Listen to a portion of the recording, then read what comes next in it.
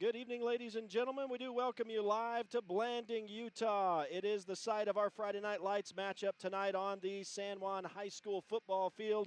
Rhett Sifford welcoming you into the Friday Night Lights pregame show alongside Art Adair, my trusty sidekick. Art, it's good to be back together again. Good to not have a 9,000-hour trip to get where we're going, and it's a rare matchup here on the San Juan High School football field this year.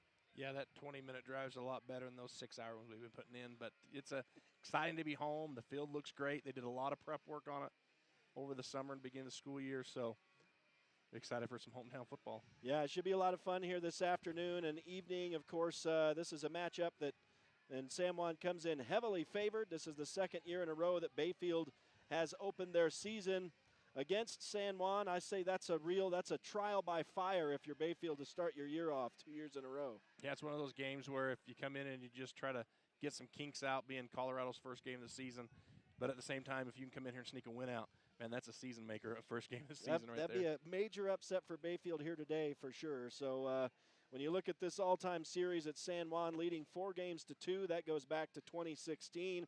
So it's been a pretty steady matchup. Didn't you have a story about the Bayfield when you were back at Monticello and they called wanting to play you guys and there was some confusion, so they started coming here to San Juan? Is that how that all started? Yeah, back when I was the head coach at Monticello, I trying to set up a game with Bayfield back in the day, and this was probably, 10 years ago, and called him up. We thought we had something going, and I got back to him about, 2 weeks later, and he said, I talked to your AD, and it's all set up and squared away. And I said, no, you didn't talk to my AD. That's right. And turned out he talked to the AD at the time, which is now the principal at San Juan High, Ryan Nelson, and they had set up a game. And so I'll take a little credit for that, this San Juan Bayfield matchup. This long-standing series now, going back to 2016. That's pretty funny. Well, we'll start the pregame show looking at the Bayfield Wolverines, and we don't know a whole lot, obviously. They haven't played yet. They've got some new guys on their team this year. They're building a little popularity there, trying to kind of rebuild that program. They didn't really challenge San Juan last year in the 42-0 win for the Broncos. I know we had a lightning delay over there, and then San Juan pretty much mopped the field with them, so it was a pretty easy win. San Juan wants to repeat that feat here this evening and take care of business. So if you're Glenn Wallace, who's in his second year, and unfortunately for him, the Wolverines were unable to find the win column last year. So he's 0-9 in his career, just 1 year with Bayfield, and so obviously looking up, and he looks to kind of improve that program, I guess, this year, and looks for a huge upset here this afternoon. And we did get a chance to talk with him just a minute ago. Here's what he has to say as his team gets set to face the Utah 2A defending champion San Juan Broncos. Well, Coach, this is a long-time matchup between these two teams. I know you guys are kind of a little bit different, kind of maybe rebuilding, but I know you've added some players this year. You've started your season against the San Juan Broncos team 2 years in a row now. Are you guys excited to be here today? Absolutely, man. We're fired up. These kids have been ready to go for weeks now. Tell me about your team this year. Yeah, we have some really good senior leadership this year that I'm excited about. Brought in almost a new coaching staff, myself and one other assistant returning. We brought in 6 other guys, and so leadership is a lot stronger, and things are just coming together a lot better this early in the season. Player-wise, what do you think your strengths are so far? I know it's real early, obviously. Yeah, I think we're going to be fast, and we've got some good physicality up front, and we got a senior quarterback that's ready to lead. Well, they handled you pretty easily last year on your place. What do you need to do? What do you need to adjust here this year to compete with them here? Yeah, we got to be able to run the ball and keep the ball out of the hands of that high-powered offense. We want to be able to slow them down a little bit by running the ball, taking the air out of the ball. What kind of feeling you get from your boys coming in? I know you had a decent long trip and time to think about it, time to get here and prepare. We've had the best week of practice that we've had since I've been here, so we're ready to go. So the boys are excited, ready to maybe come in here and try to stop a state-high winning streak here? That's right. All right, Coach, we appreciate it. Good luck. Have fun out there tonight. All right, thank you. Have a good one. With the San Juan Broncos, and you hear him mentioning the senior quarterback that we're going to see tonight, and we believe that's going to be Cody Ross. I had to send Art down and do a bunch of work and actually go down and get the roster from the coaching staff, which is kind of funny. It looks like it's a uniform order sheet that we got here, not necessarily a roster, but we think it's going to be Cody Ross behind center today, and And we'll see what this team has to bring, aren't we? Just kind of a dark horse. We don't really know at all at this point until we see them out here on the field tonight. Well, that's the thing. Anytime you start the season off, first game, you have no film to look back on. Of course, San Juan go back and look at last year's film, but like you said, new coaching staff brings new philosophies and different plays and different things.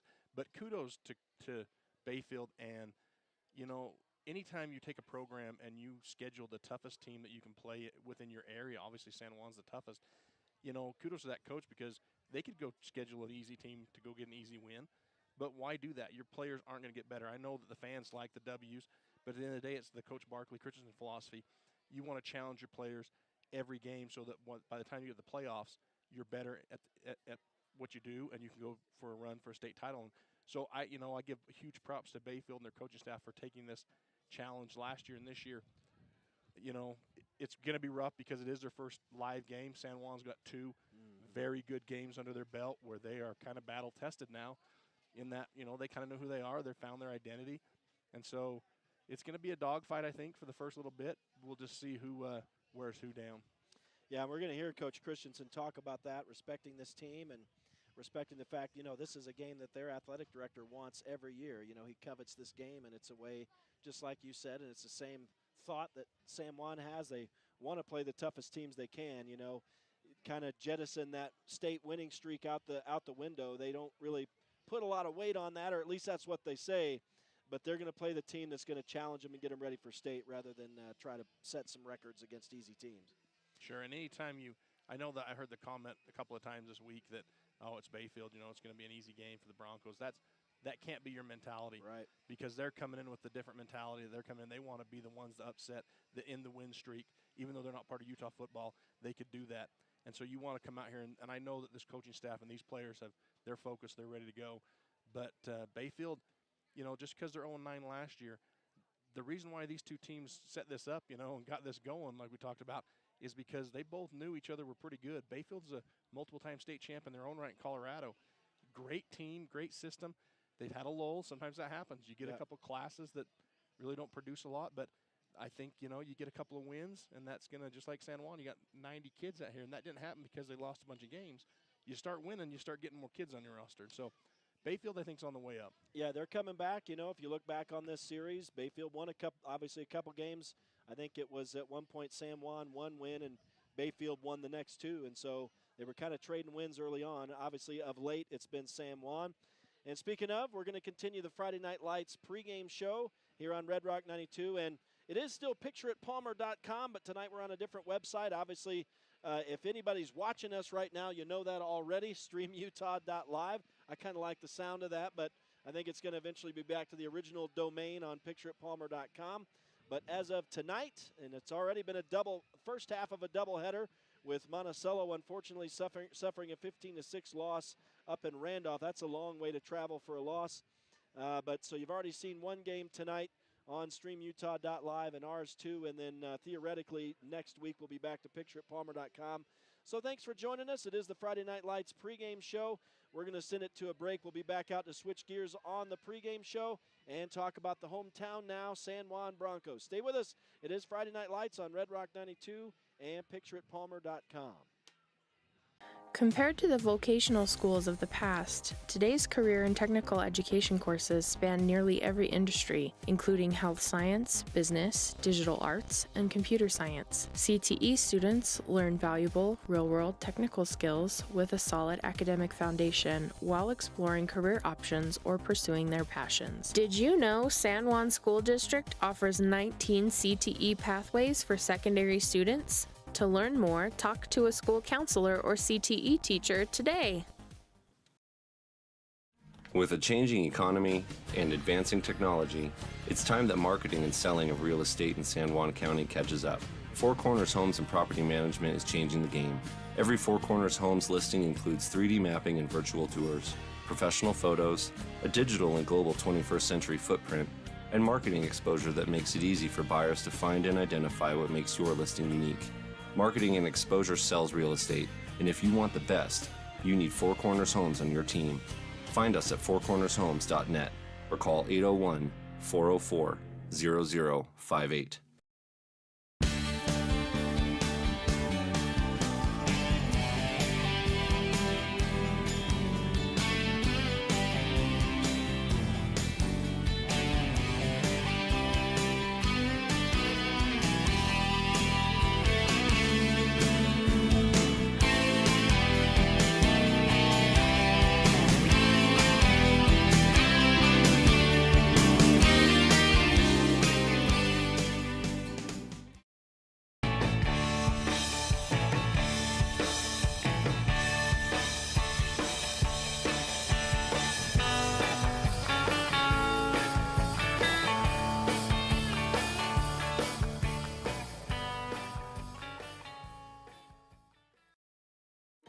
In 1957, Lyle and Clea Johnson founded Lyle Northern Electric.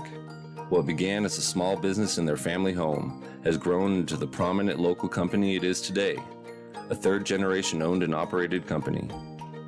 Lyle Northern Electric is honored to have served the people of San Juan County for the past 65 years and is a proud supporter of high school sports.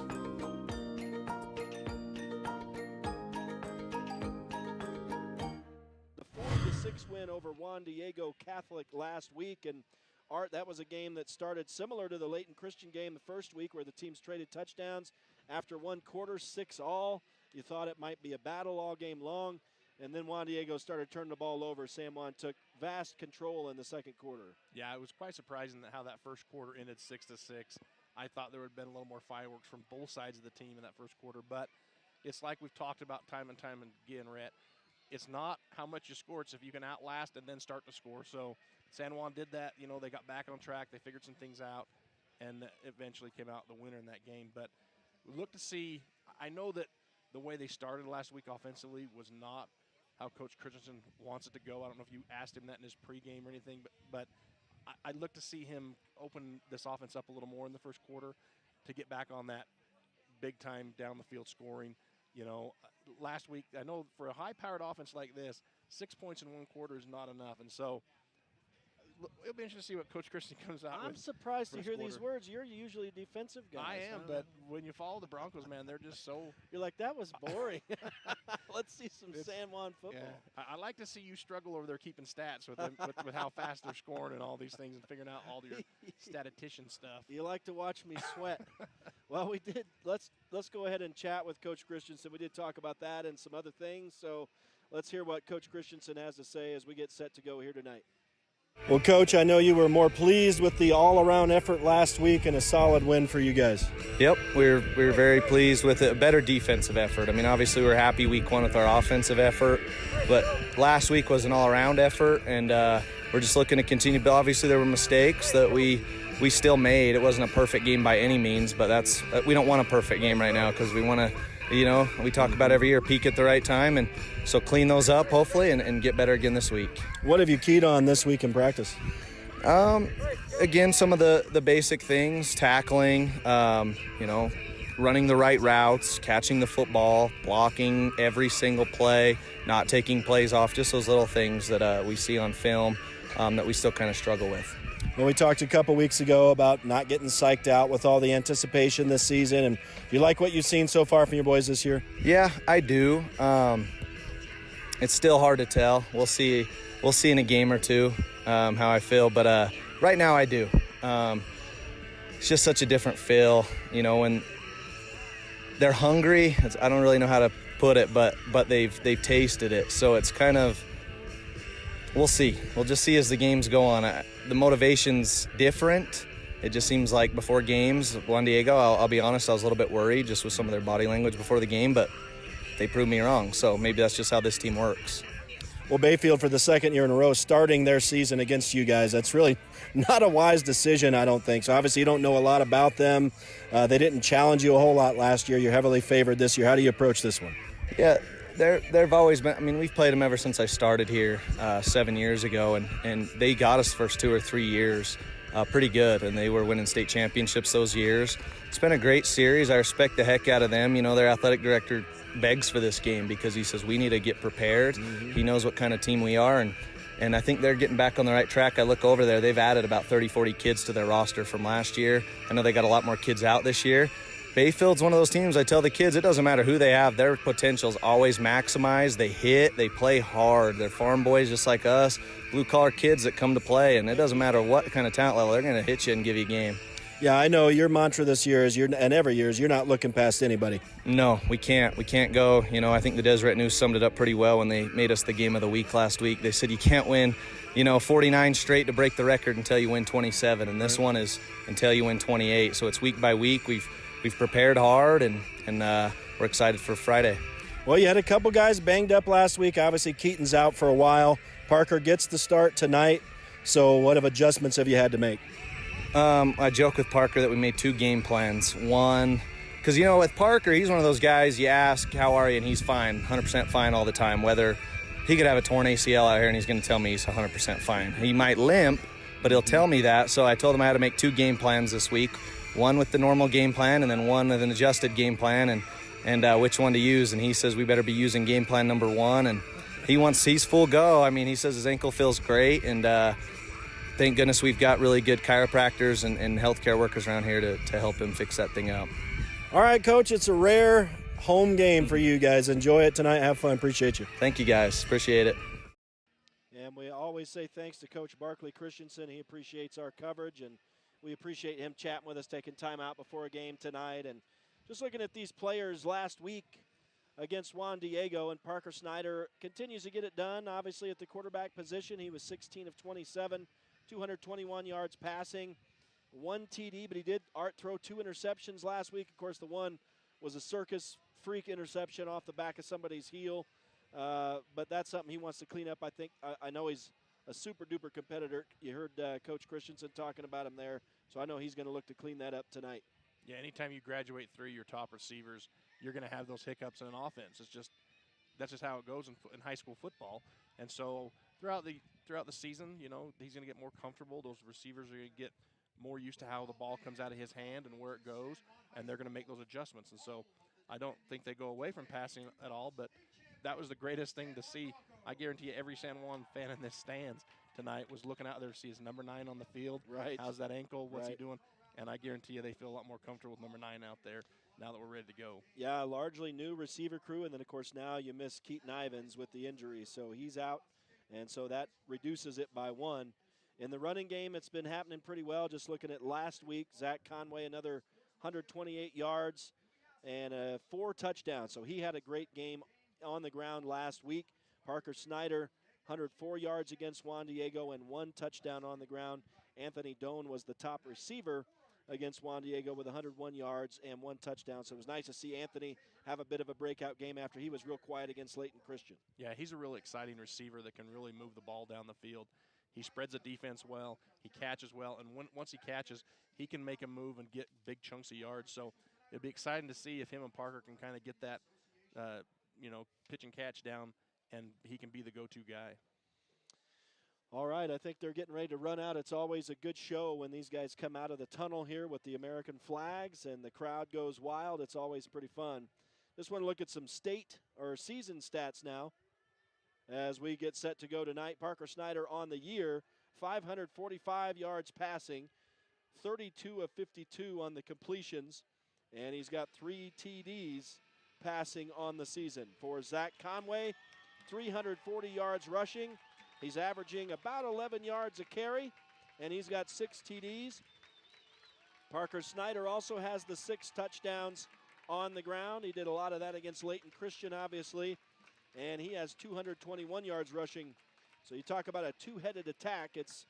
When it's the running game this year right now, Zach Conway and Parker Snyder getting it done together, Art.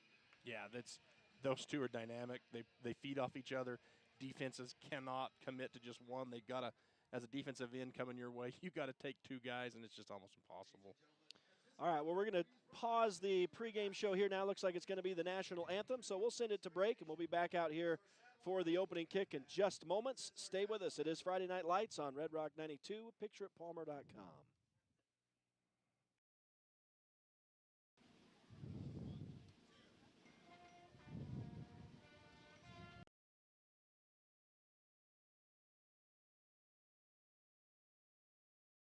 I had a slip of the finger.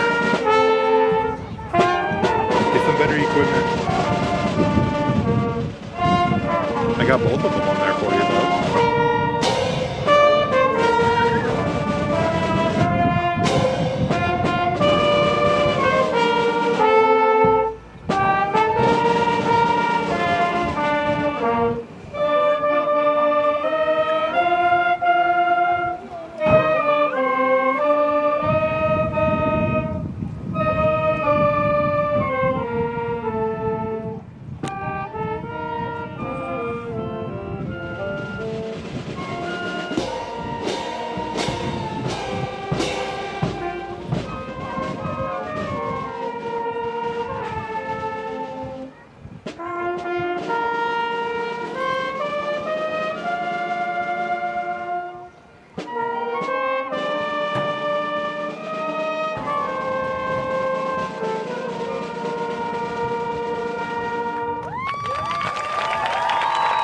Let's hear it for your San Juan Pep Band.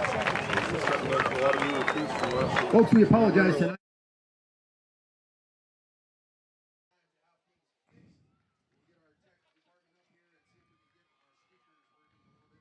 Back live to San Juan High School in Blanding. Friday Night Lights on Red Rock 92 and pictureitpalmer.com.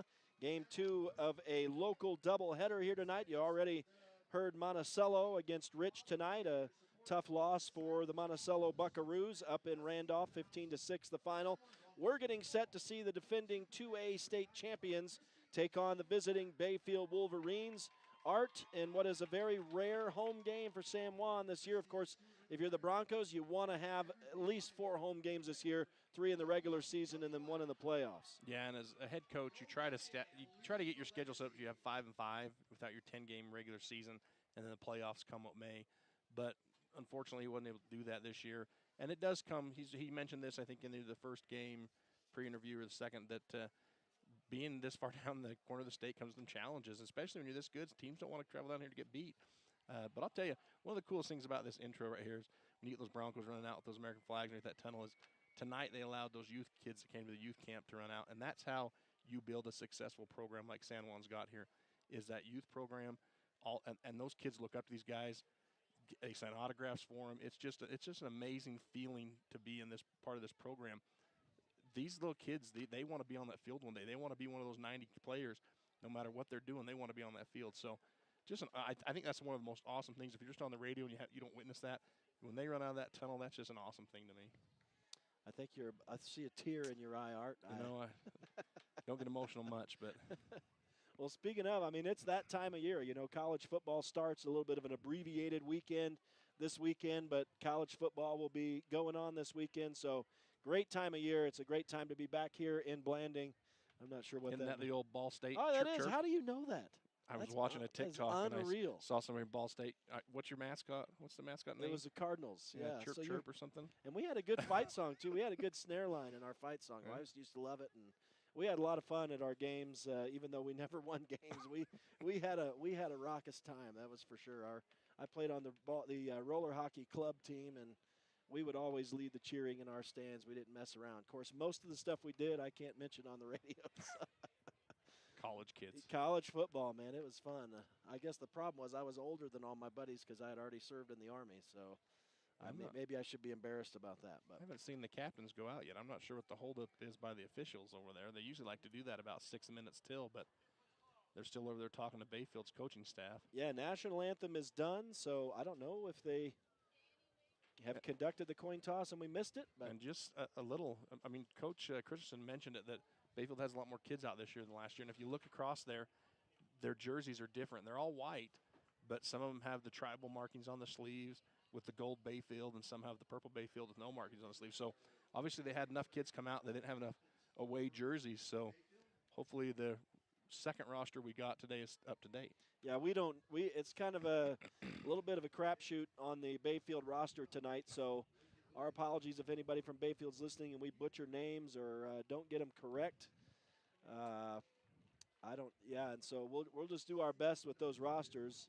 I'm not sure what they're applauding something over there on the far sideline as the refs got one official still standing over there and the rest of the officials conversing in a huddle right in between the 30 and the 40-yard line. So well, typically before the game, the officials are supposed to go around to the head coach, supposed to ask them if they have any trick plays, they have any concerns with the other team, do they have any injuries they need to be aware of, any casts or that kind of stuff.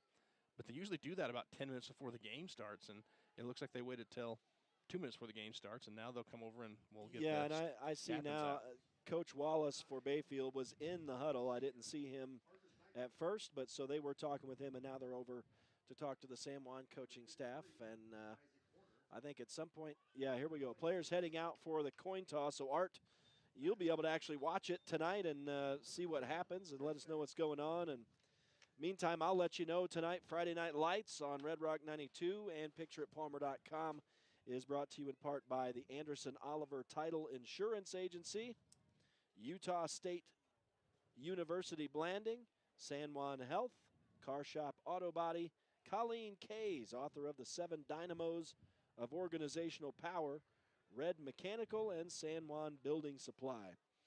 We were cut short a little bit when that national anthem happened, so I didn't get to go through the rest of the season stats for the San Juan Broncos, so I can look at some more of those. And Art, I find it interesting that not only is he their leading rusher, but Zach Conway is also their leading receiver on the season. 5 catches out of the backfield, 144 yards and a touchdown for him so far this year. Well, San Juan likes a little swing pass to that running back, and it works perfect for him, and so that's why they keep going to it. And Zach, once he gets the ball in his hands, he turns on the jets, and he's hard to bring down. We've talked about this multiple times.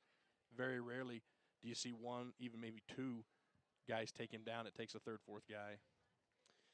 Other receivers, Anthony Doan is second in line, 122 yards on 10 catches for him. So Conway is actually averaging almost 30 yards a catch with the TD. Doan has the single TD as well, which he got last week against Juan Diego. 122 yards receiving for Doan so far.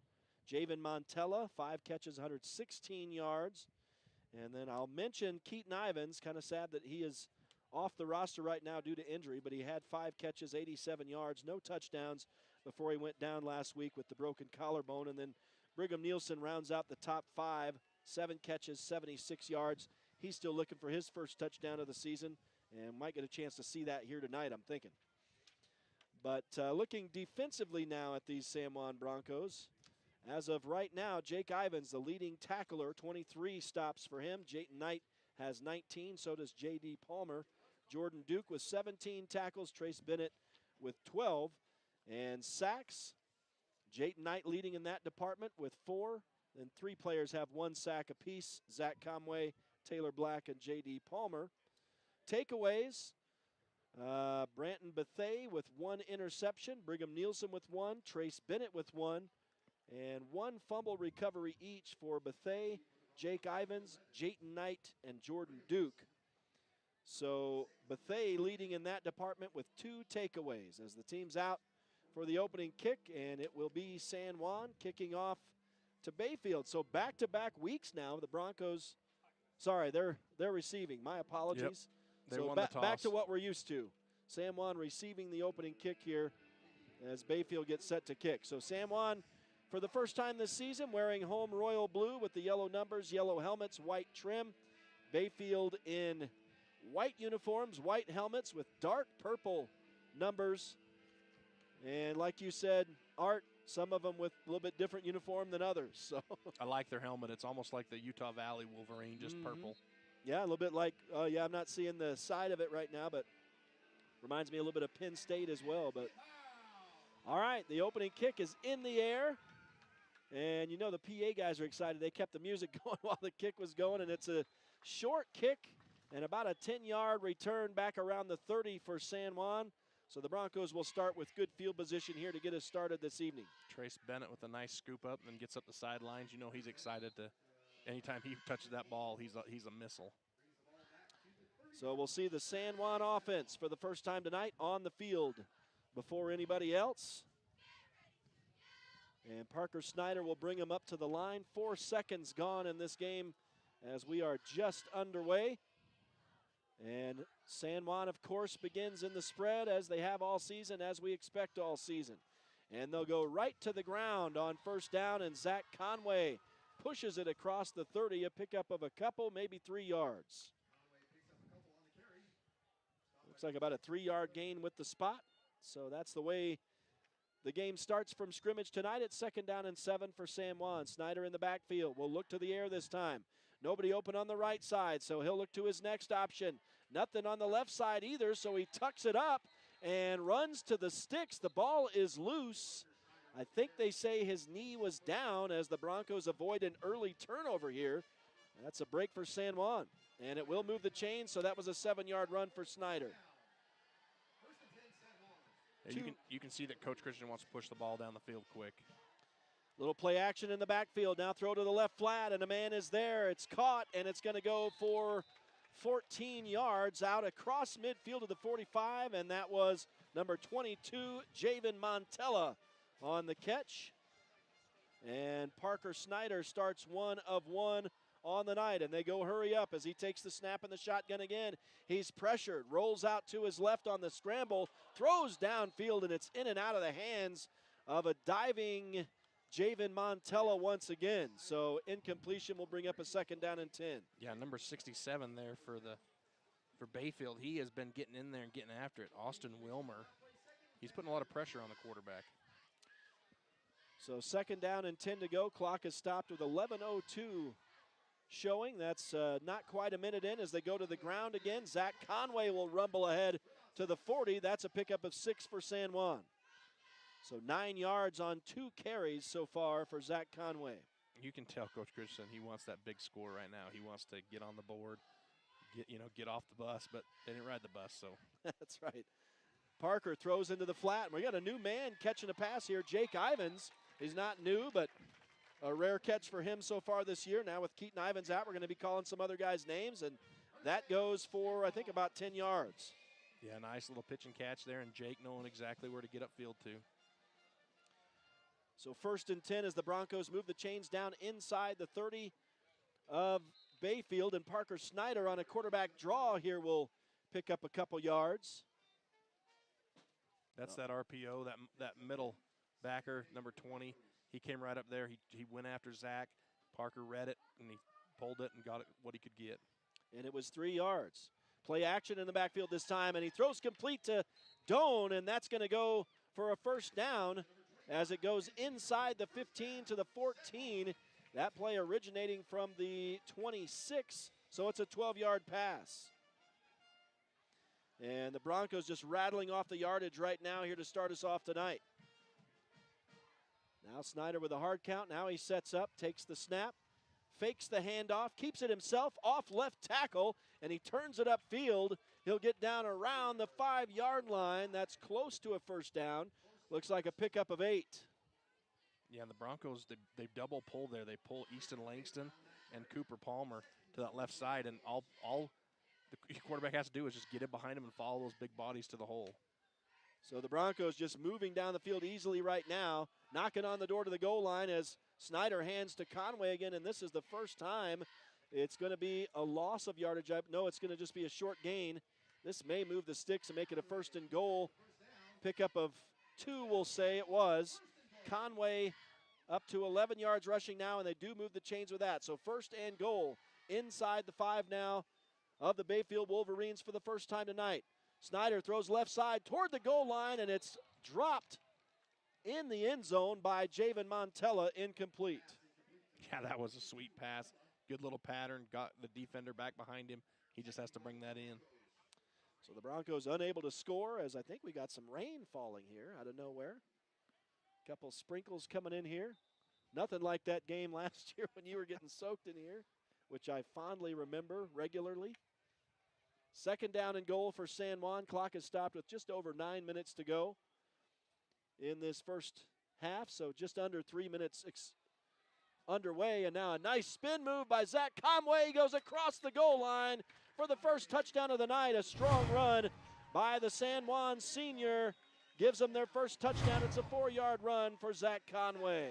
And some good recognition there by Parker. He got up there to the line of scrimmage. He noticed something. He looks over the sidelines to Coach Christian. He gives him a hand signal. Obviously, Coach Christian said go for it. I don't know if he changed the play or adapted, but obviously it worked and they get in. And that's what you get when you get a quarterback like Parker. He just understands the game of football. He recognizes the defense, and he's able to help his team get 6 on the board. And it is the 7th rushing touchdown for Zach Conway in this early portion of the season. And boy, that was a convincing drive as the Broncos started from around their own 30. So somewhere around a 70-yard drive, and it only took 3 minutes. In fact, I think the clock did not start on that play, so probably should be just under 9 minutes to go in this first quarter. And so nice, solid drive for San Juan to start it off exactly how they wanted to start it off tonight. And they missed the PAT, so they're going to have they've missed a couple of those so far this season. They're going to have to get that figured out, or just go to the old go for 2 every time. Go for 2, yeah. Well, Friday Night Lights on Red Rock 92 and pictureitpalmer.com, brought to you in part by Flights Gymnastics, Northern Electric, Red Mesa Home Health, and Emory Telecom tonight. Big thanks to all the sponsors for making the broadcast possible. So it's 6-0. Broncos unable to tack on the extra point, and now a short kick coming. I'm surprised that was fielded here. That was going to go out of bounds, and This returner for Bayfield has pinned his team deep. That looks like it was Donovan Candelaria, but he could have let that go and forced San Juan to re-kick that, or they could have been at the 35, but instead, Bayfield will start inside their own 25 here at the 24. Yeah, the coach in me says pick that up and go, get up the field. I mean, it could roll out of bounds, but it's still in bounds a couple yards. It could take one of those baseball drive down and then it doesn't go out, and then you don't go get it, and then the guy gets, you want to pick that up and run it. I'm okay with that. All right, so we're going to see Cody Ross for the first time tonight, the senior quarterback, and he'll hand off to number 6, Candelaria. So Candelaria going to be the running back, gets maybe 6 inches on his first run of the night. Let me get a different color in here to get this kid's name on the roster. It's on the fly for us roster-wise here tonight, so it's going to take me a minute to get that set up as the senior Cody Ross. And number 6, and that is Donovan Candelaria.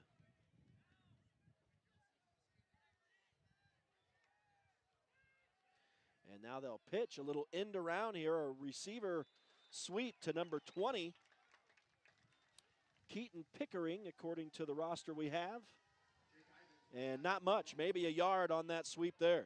Yeah, San Juan's defensive ends and even their defensive line, and especially their linebackers, they're just so quick at their closing speed that anytime a team tries to get around, and they've used a lead blocker in their back, and they try to get their linemen out there, but San Juan is just so quick on the edges.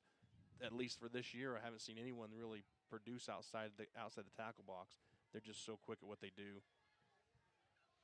So Bayfield will bring it back up to the line of scrimmage now on a big third down for them early on here. It's a 3rd down and 9 at their own 25, 7:35 remaining in the first quarter. That looked like it was a run-pass option, but it is not going to work out. Nowhere really for Cody Ross to go, and he gets back to the line of scrimmage, but it will be a 4th and 9. No, I think exactly he had nowhere to go. He got up there. He was trying to make his read, but there was no read to be made because there were so many Broncos right there on that front line coming through that good decision by him to keep that. If he hands that off, we may be looking at a scoop and score by the Broncos here. So good decision to keep that and just go down with it. So here, 5 minutes into the game, Bayfield's going to have to punt for the first time. And it's high in the air. Going to come down at the San Juan 40 and will be returned by, can't tell who that is, if that's number 8 or 0 Bethay down the sideline.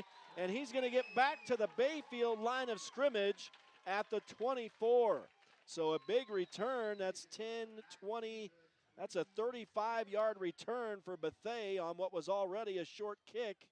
And the Broncos are already knocking on the door to the Bayfield red zone again on their first play from scrimmage in their second possession. And he's shifty. He breaks 3 tackles. And the first kid down there was there. He had him in his sights. He had beaten his blocker. And Bethay just makes a move and gets around and then has to make 2 more moves really quick and just really nimble on his feet. Picks up a huge chunk of change there. And it looks like Bayfield's going to call a timeout. Yeah, I don't think they had the right personnel on the field because after the timeout was called, the kid came running on. So that's one of those coaching things that you're like, hey, I don't want to have to waste a timeout because we don't have the right personnel out there. But you'd rather play with 11 than 10, so use the timeout. Yeah, no reason to play shorthanded against San Juan. 6:47 to go in the opening quarter. Just over 5 minutes into this one. Friday Night Lights on Red Rock 92 and pictureitpalmer.com, although we're on StreamUtah.Live tonight. If anyone's watching us, you already know that. If you're on the radio wondering why we're not on pictureitpalmer.com, head on over to StreamUtah.Live for the video tonight. A little bit of a fracas with the hosting situation, and don't want to badmouth any companies on the air or anything, but I know there's been some battling going on between Lane and Caleb, the guys who run Picture at Palmer, and their previous host. They've had to find a new host. So there's been a lot of drama this week.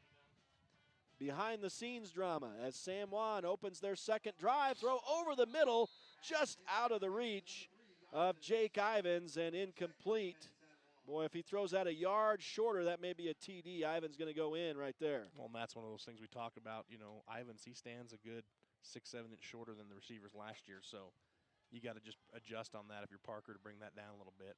And Snyder had trouble reining in his passes last week against Juan Diego, but of course the wind was howling last week, so that was a factor. Now a little wide receiver screen on the left side, but that was either a busted play over there, a blocking assignment missed or something. Zach Conway has wrapped up for a loss, even though he made the catch. Number 1 Gonzalez for the Wolverines. He was just out there and made a play. You know, he got out there, and very rarely do you see one kid bringing Zach down, but he did it. So 3rd down and 11, oddly, at the Bayfield 24. Palmer has time to throw. Looking downfield, he's also got room to run if he wants, and he does tuck it up inside the 10, down around the 5 before he's wrestled down. So that'll be a 20-yard run almost for Zach Palmer, and that'll set him up 1st and goal. Actually down to the 2-yard line. So a 23-yard run for Palmer. Parker Snyder.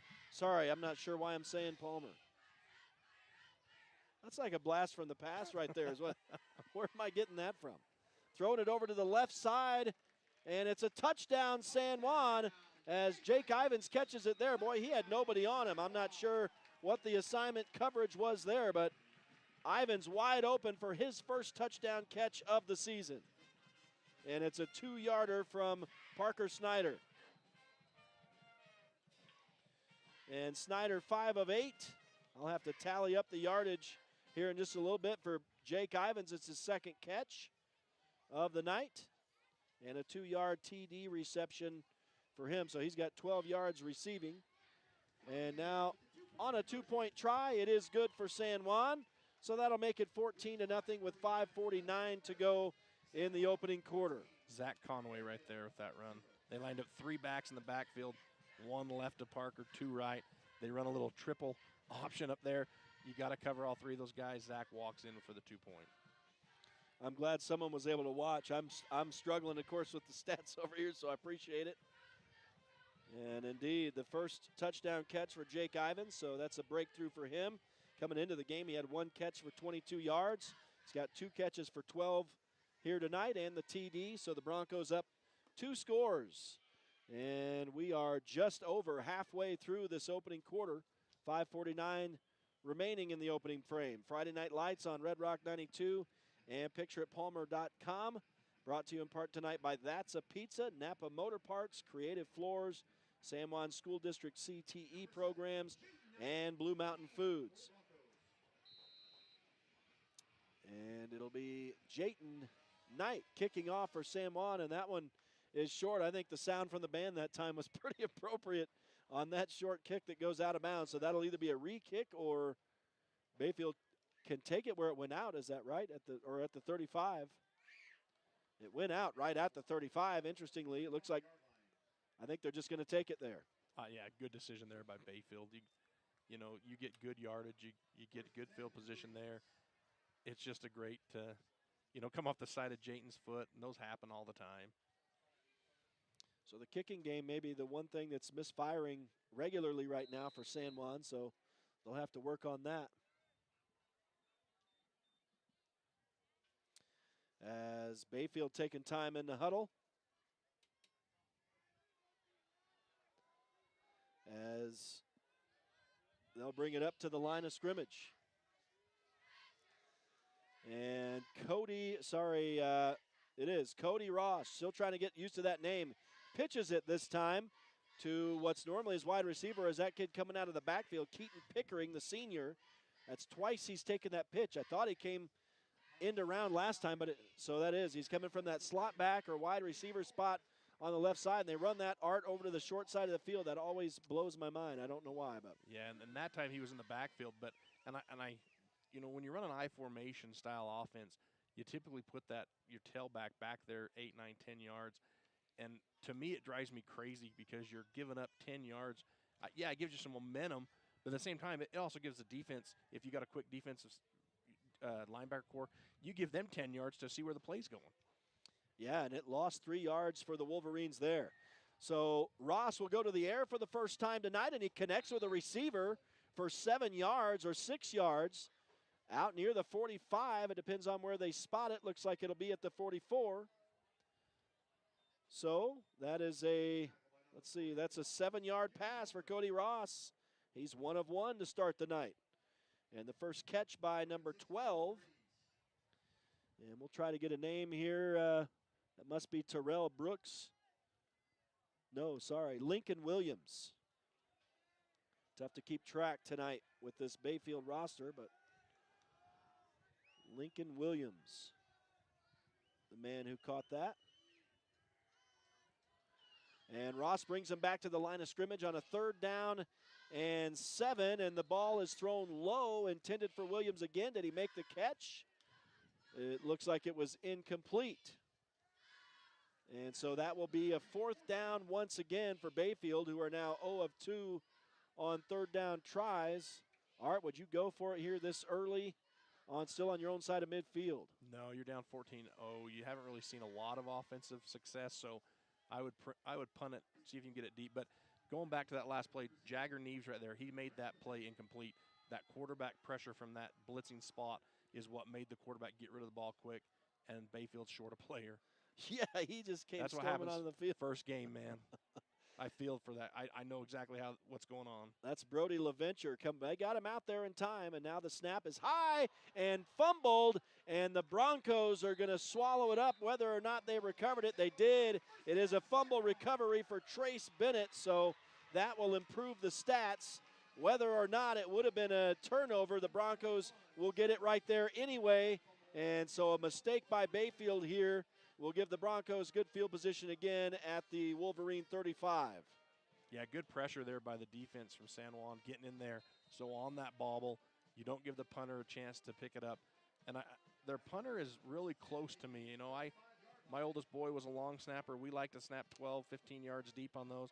Seems like their punter is standing a little close for me, and that's what's going to happen when you have a little bobble. Yeah, if he'd have been back a couple yards, even that snap would not have been as high, and that was what gave him trouble. So the Broncos good field position.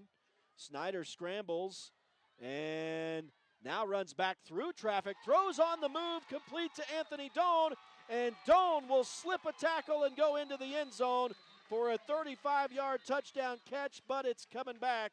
There's some laundry on the field back at the line of scrimmage. It'll be interesting. I don't see where the flag is, so. Probably I'm guessing a hold since Parker was doing so much scrambling. Over there, yep, on the far side. Since he reversed field right there, that's a lot of times when you'll see that hold coming back across the field. Exactly. That's just one of those things. But, hey, way to make some moves because number 20 for the Bayfield, he was in there quick. He put some massive pressure on Parker. And Parker, just an athlete, able to avoid that and then scramble out and, unfortunately, going to get called back. That play reminded me of the play at Leighton Christian when Snyder hit Javen Montella for his touchdown catch when Snyder came out of the backfield and drew that defender, and that left Javen wide open. Now two flags, I guess, on this play, one on the near side, one on the far side.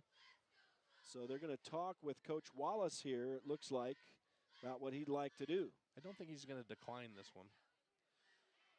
May just have to make a choice. If he declines it, you know, they're going to get a touchdown here, so he's going to take this penalty. That's right. It will be a replay of first down. Yeah, if he declines it, the result of the play is a touchdown. That's how that would work out. So, well, we'll see if he had to decide between two penalties. I guess I don't think these refs are mic'd up here tonight, so I don't know that we'll get a clear call. It looks like it's just going to be a 5-yard penalty ultimately. So we got a holding as a far flag, and then this official on this sideline, who's responsible for the line of scrimmage, called an illegal forward pass because she felt like Parker was beyond the line of scrimmage, and so therefore he can't pass the ball. So and it is a loss of down. That's the one they'll take. So I wonder if it counts as an incompletion for Parker. That would be my question, as a statistician. At any rate, he's going to hit the man he's been hitting all night, Jake Ivins, and Ivins will rumble down the sideline. Down near the 20, looks like at the 21, and that will be a 19-yard pass play that will stand here. So 19 yards to Jake Ivins, and he's already up to 30 yards receiving. 31 with that catch, and it moves the chains, obviously. So San Juan has a 1st and 10, and they do actually spot it at the 20, it would appear. Snyder will throw left side to Zach Conway out of the backfield. He's got some blockers. Down the sideline he goes into the end zone. I see a flag coming in, but let's see. So this could be 2 touchdowns called back on San Juan. And if that's the case, if it's not a defensive penalty here, this is going to be the type. So it would be a hold. This will be the type of thing that starts to concern or irritate Coach Snyder a little bit here. Or Christensen, I'm trying to say. I'm having trouble with names tonight, Art. They got the wide receiver. I won't call him out here, but they got the wide receiver on the far side for holding. Right. Anytime you do those little swing passes, you got to keep your hands inside the numbers on the guy. If his body turns, you got to let go of him. You can't maintain that contact because that ref's going to call it every time. So he turns, you let him go. If he stays engaged, you keep nice and tight. But just that time, obviously the official saw a little jersey. Well, I noticed the blocking was excellent on that play, and Conway had a lot of room. So they're back at at the Bayfield 30, and Snyder throws to the end zone, complete. Touchdown San Juan for the 3rd time tonight, and guess what? It's Brigham Nielsen's first. Just like I said, I kind of had a feeling it would happen tonight, and it's a 30-yard touchdown pass from Parker Snyder to Brigham Nielsen, his first catch in the end zone this season, and 2 touchdown passes now for Snyder on the night. It is the first catch for Brigham Nielsen so far tonight, as the Broncos will attempt a traditional PAT here. Snyder on the hold. Boy, Bayfield was in there swarming the kick. I don't know how that even... They're going to get roughing the kicker here. Roughing the kicker. I was going to say, I don't know how that wasn't blocked. And so I think the Broncos will get another try, but the kick was low. I thought it looked good to me, and the refs looked a little doubtful when they were signaling, but I think it's going to be a retry here for San Juan. Here's the analytics to football right here. You get a PAT, you get a roughing the kicker, you get half the distance. Now you're on the 1.5-yard line. And it's that you grid. Go for 2. It's that grid, yeah, that you got. 2. Yeah, you go for 2. So it's written in stone, I think. And so Nielsen's not going to get another try. Everett Nielsen 0 for 2 on his attempts tonight, but not going to get another one here. That one doesn't count, so he's technically not 0 for 2. He's 0 for 1. And Snyder's going to throw to the end zone into coverage. And what a timing pattern this is, as the defender was there but was unable to locate the ball, and it was caught by Tyler Pearson for 2 points. I think that's the first time I've called Tyler's name this season. We've called him a couple of times. He's returned some. He's been in the pattern. He's had some chances for some passes, but that's the first time he's, I think, gotten the end zone. And he's a senior, so good for him. So Pearson completes the 2-point play, and it's 22-0 now for San Juan. Still 3:25 to go in the opening quarter. So the Broncos obviously are doing everything they wanted to do tonight. And for Brigham Nielsen, like I said, it's his first touchdown catch of the night. So now you've got all but Keaton Ivins, who's out, of course, with injury, and Branton Bethea as far as guys who have received passes who are still looking to score this season. And I wasn't going to call the receiver out for holding, but because he made that awesome catch in the end zone, he went up high, pointed that ball, and caught it. You know, what do you do after you get a holding call? Redeem yourself. You redeem yourself. You There go you out go. and you score 6. So there you go. Brigham, we're just calling it like it is. Good for him. So touchdown for Brigham Nielsen, 22-0 for San Juan. Friday Night Lights on Red Rock 92 and pictureatpalmer.com. Brought to you in part tonight by Energy Fuels, Palmer Sprinkling, Precision Rehab, Lee Contracting, Desert Rivers Credit Union, Holiday Construction, Quality Auto, and San Juan Pharmacy. Maybe the first night for this officiating crew as well this season, as they've had some struggles. I think they had to go over to the Bayfield sideline to locate a San Juan football. I don't recognize any of these officials, and I know quite a bit of the Southeastern Utah officiating crews out of Richfield Price, and I don't recognize any of these people, so be interested to see where they're from. So the kick is up from Jayton Knight, and it'll be returnable from the 15. And I didn't see the number of the Bayfield returner, but a decent return. So it was number 12, and we know who that is. That's actually Keaton. Sorry, I'm misspeaking. Lincoln Williams, the wide receiver. He gets him up near the 30-yard line, going to be just shy, starting at the Bayfield 28 for their 3rd possession of the night. Or I guess this is 4th possession now. And I don't know, I guess it is 3rd. That's right. San Juan has scored 3 touchdowns, leading 22-0. Bayfield still looking to get on the board, obviously with their hands full here tonight against the Utah defending 2A champs. And we are not quite 9 minutes into this game. Already 3 touchdowns for San Juan. As Bayfield to the line of scrimmage, Cody Ross, the senior quarterback, working from the shotgun. That's where he's been so far all night. He'll send a man in motion. That's Pickering, and he'll get the pitch. They've run this play at least 3 times. We got a flag on the field. So it's in actually out across the line of scrimmage. Probably going to be a hold on Bayfield.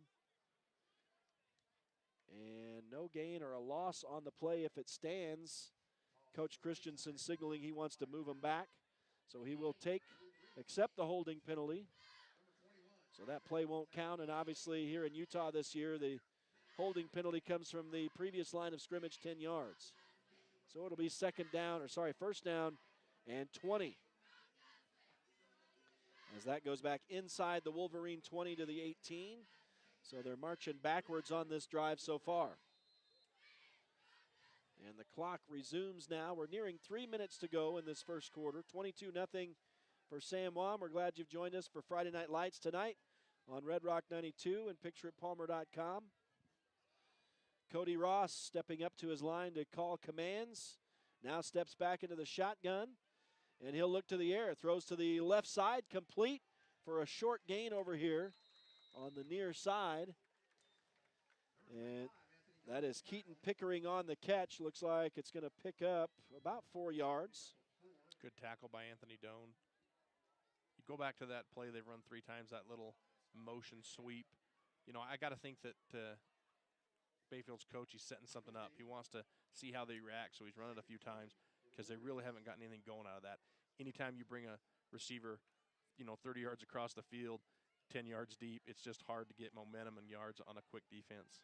Yeah, and especially when the defense is pouring into the backfield like San Juan is doing right now on this blocking crew for Bayfield. So this is second down, as Cody Ross finds Pickering for a good gain. He breaks a tackle. He's going to move the chains. A nice run after the catch for Pickering as he gets across the 40-yard line. It's our first down of the night, and good recognition by Ross on that. He sees the blitz coming by Conway, and he knows that Conway has just left his man, which is Pickering, and so he's got Pickering open on that little short, whatever you call that, if you can call that a dive or everybody calls it something different. But nice recognition by the quarterback there to see that his defender has blitzed, and he's going to dump that quick pass off, and he's able to extend that down the yard and get a first down. Yeah, I have it as about an 18-yard pass, so that's 29 yards passing. 3 of 4 for Cody Ross on the night. Kind of quiet, but getting it done right now through the air as they move the chains for the first time tonight. Ross will hand off on that wide receiver sweep play, but that's going to lose yardage as they swarm Donovan Candelaria. And the Broncos will force about a 4-yard loss, it looks like.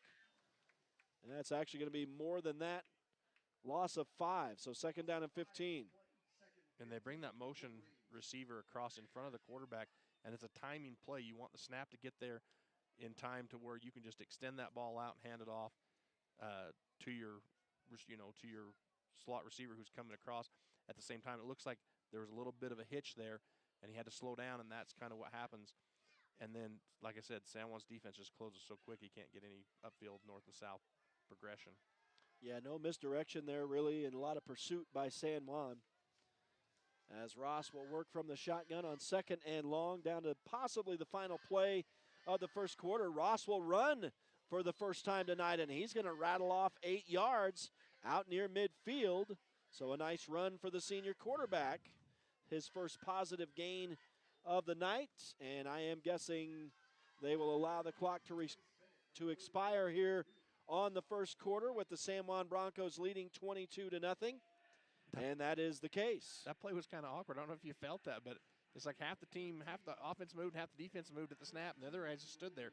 I watched it on the replay, and sure enough, that ball snapped.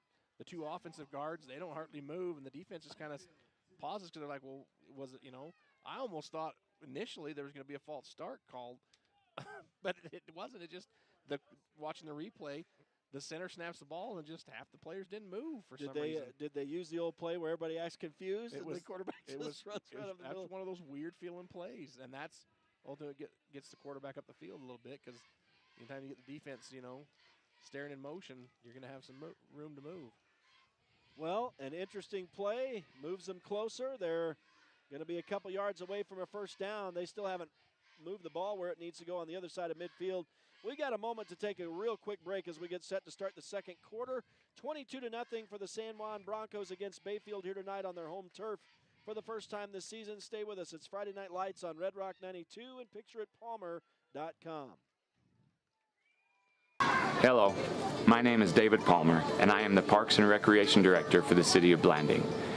Hi, my name is Sylvia Stubbs. As a recently elected San Juan County Commissioner, we are so excited to collaborate with SJC-PAC, Coalition, and San Juan Counseling to bring parents-empowered messaging to our beautiful Wellness Center pool area. Parents Empowered is a Utah campaign designed to help parents understand the power they have in reducing the risk of underage drinking. Survey data tells us that youth perception of risk in San Juan County in all grades went from 83.6% in 2019 to 68.3% in 2021.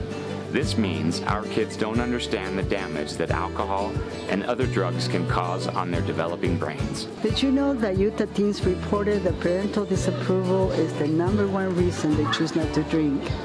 Never assume your children know what your rules, expectations, and attitudes are. Write them down and discuss them with your kids so they understand the reasons behind them. Bonding is essential to preventing underage drinking. Children are less likely to drink when the parents are involved in their lives and when children and the parents feel close to one another. Together, we can help build a stronger San Juan County. Let's do this! Well, Coach, I know you were more pleased with the all-around effort last week and a solid win for you guys. Pass, but number 12, he gets there same time the defender does and just doesn't go up and get that ball. And sometimes you just got to help your quarterback out there and snag that even though you know you're going to get hit. So I've got that as the second incompletion for Cody Ross. I may have missed one, but the 10-yard run also happening here in the second quarter, first play. I do like what Bayfield coaches are doing over there. They're trying to go a little quicker, trying to get some quick hits, some quick runs, quick passes, trying to find the soft spots in San Juan's defense. It's a 2nd down and 10 following the incompletion. We're not a minute into the second quarter yet. 22-0 for San Juan. Cody Ross is scrambling out of the backfield, and he's going to be sacked for the first time tonight. Who runs him down over there? Is that Zach Conway? Zach Conway with the sack, his second of the season.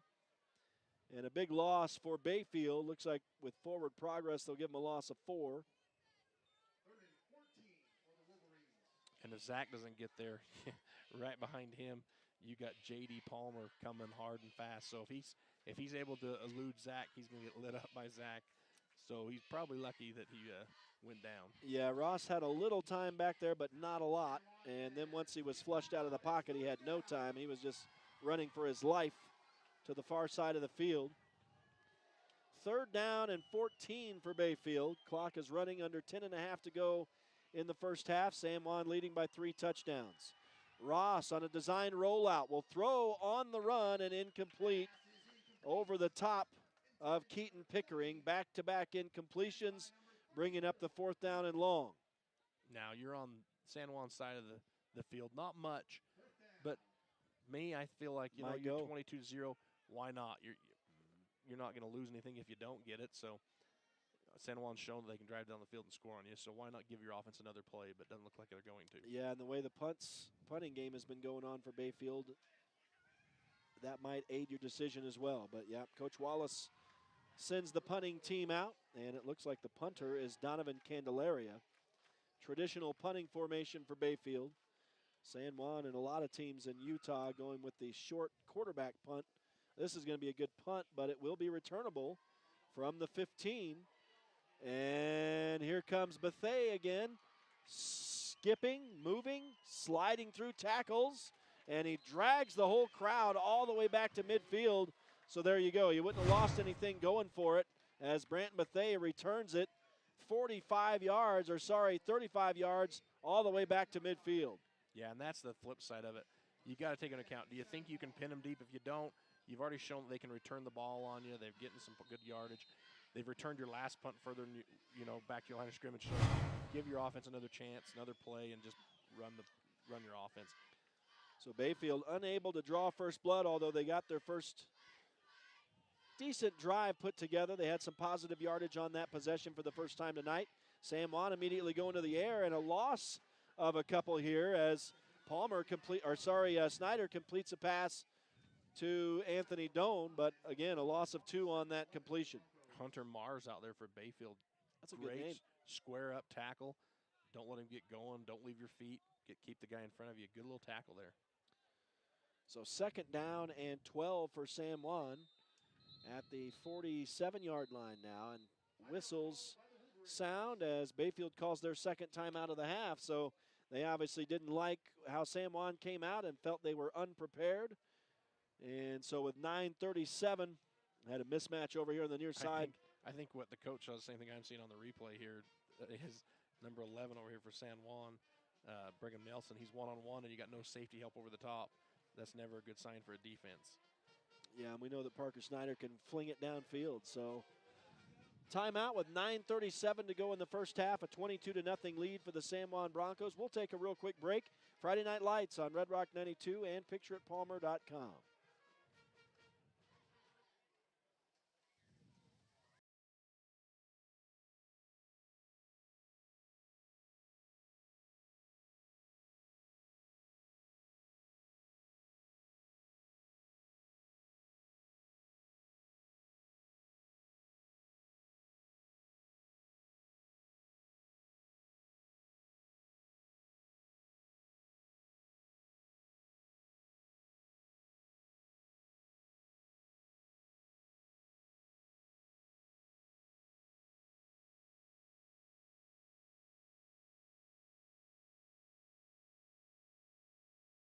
As Snyder completes another pass to Doan.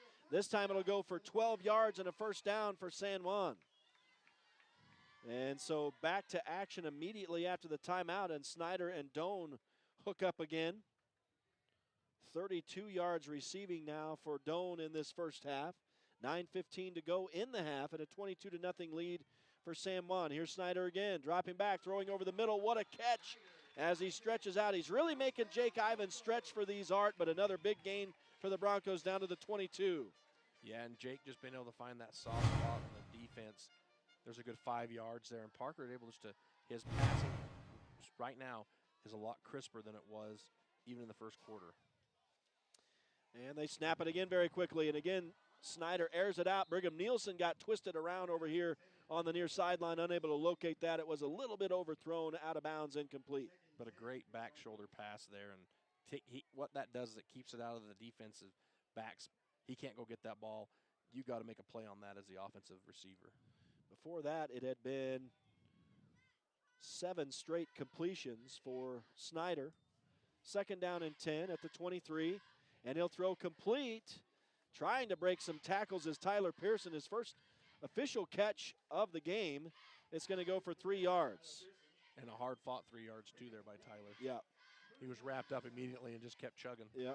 Little comeback pattern, I guess, on that. I don't know what you call those, Art, where he goes out and 3 yards and then bounces back while the other receivers keep going. 3rd down and 9, we'll say, as Snyder is flushed. Throws on the run complete to Ivins, who knocks a man over, and he falls down near the stick. We'll see if he got enough. I think it's going to be a 9-yard pickup, or 8 if they say it's 4th down. Looks like it's 4th down. So 8-yard pass to Jake Ivins from Parker Snyder. 4-down territory. It's 4th and 1.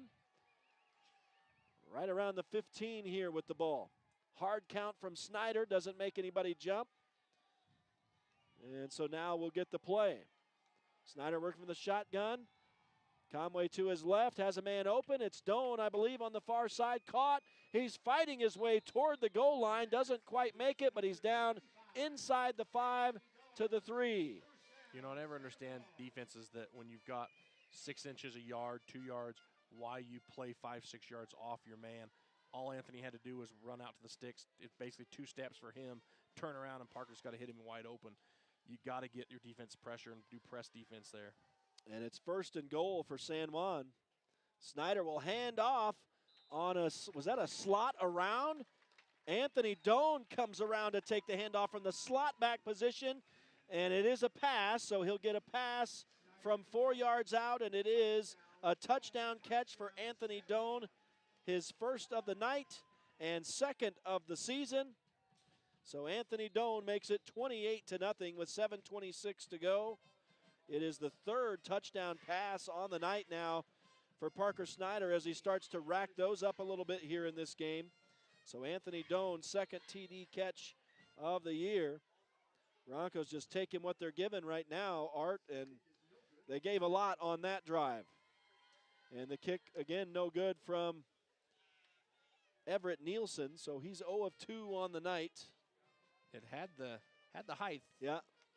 And maybe the distance just a little too wide to the left, it looked like. Yeah, having trouble dialing it in a little bit, but with 7:26 to go, that's a football score up on the board now, 28-0. How frustrating is it for a defense, those kids playing defense for Bayfield, they get in there, they get pressure on Parker, they've almost got him, and he makes one little move, and he's done it 3 or 4 times tonight, where they have had awesome pressure in the backfield where, maybe a lesser of a quarterback gets sacked, but Parker's so athletic, and obviously that, I'm not going to say it, obviously he's able to move good tonight and just able to elude those. But how frustrating for Bayfield's defense to know that you're this close and you're unable to. And then they go and it's big play, too. It's not like you didn't get him and he gains 2 yards. It's big plays. You were almost knocking on some wood in here. And, what's that move on the video game where you just juke to one side or the other? He does that with ease, smoothly. Nice return for Bayfield on the kick. Out just shy of the 40 to the 39. That's Candelaria again. He's gotten some good time and some good yardage from Bayfield so far. Yeah, he's a good little athlete, that kid. And he's a workhorse, obviously, both sides of the ball. And, again, it comes down to numbers and how fresh can Bayfield stay. I mean, it's 28-0, but if San Juan can score 28 points in a half, so can you. And that was the mentality we always coached with, hey, if they can score that many and a half, we can score that many and a half. So. Well, it's a good return for Candelaria. Sets them up at their own 40 for a new drive as Cody Ross brings them up to the line, working from the shotgun. I think it's Candelaria to his right. It is. He throws over the middle, incomplete, high for his intended receiver, number 3, Hunter Mars. That is a great name. I'll put his name down here even though he didn't make the catch.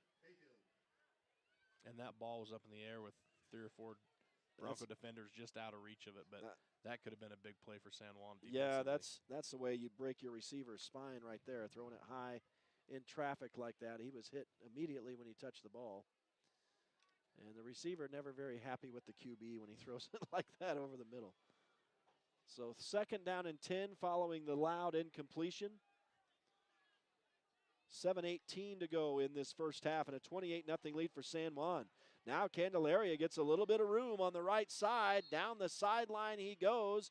He's going to get 17 yards on a nice little run and a 1st down in Bronco territory for the Wolverines. It's a great play design there by Bayfield. They run number 2, I believe, or 3 across in motion from his slot position, and then they counter that with Candelaria coming back the other way, and it throws the defensive off. Anytime you do a motion, your defense is going to shift. You shift to the motion side, and that's when those counters can be big plays for you. You got to get your defensive end, your outside backer on that other side to stay home and not over-adjust. And they did a good job running that ball that time at Bayfield. It's a good little play. So 1st and 10 in Bronco territory for the 2nd time tonight. They weren't able to make anything of it last time they were here. But a new set of downs now for Bayfield as they're on the move again.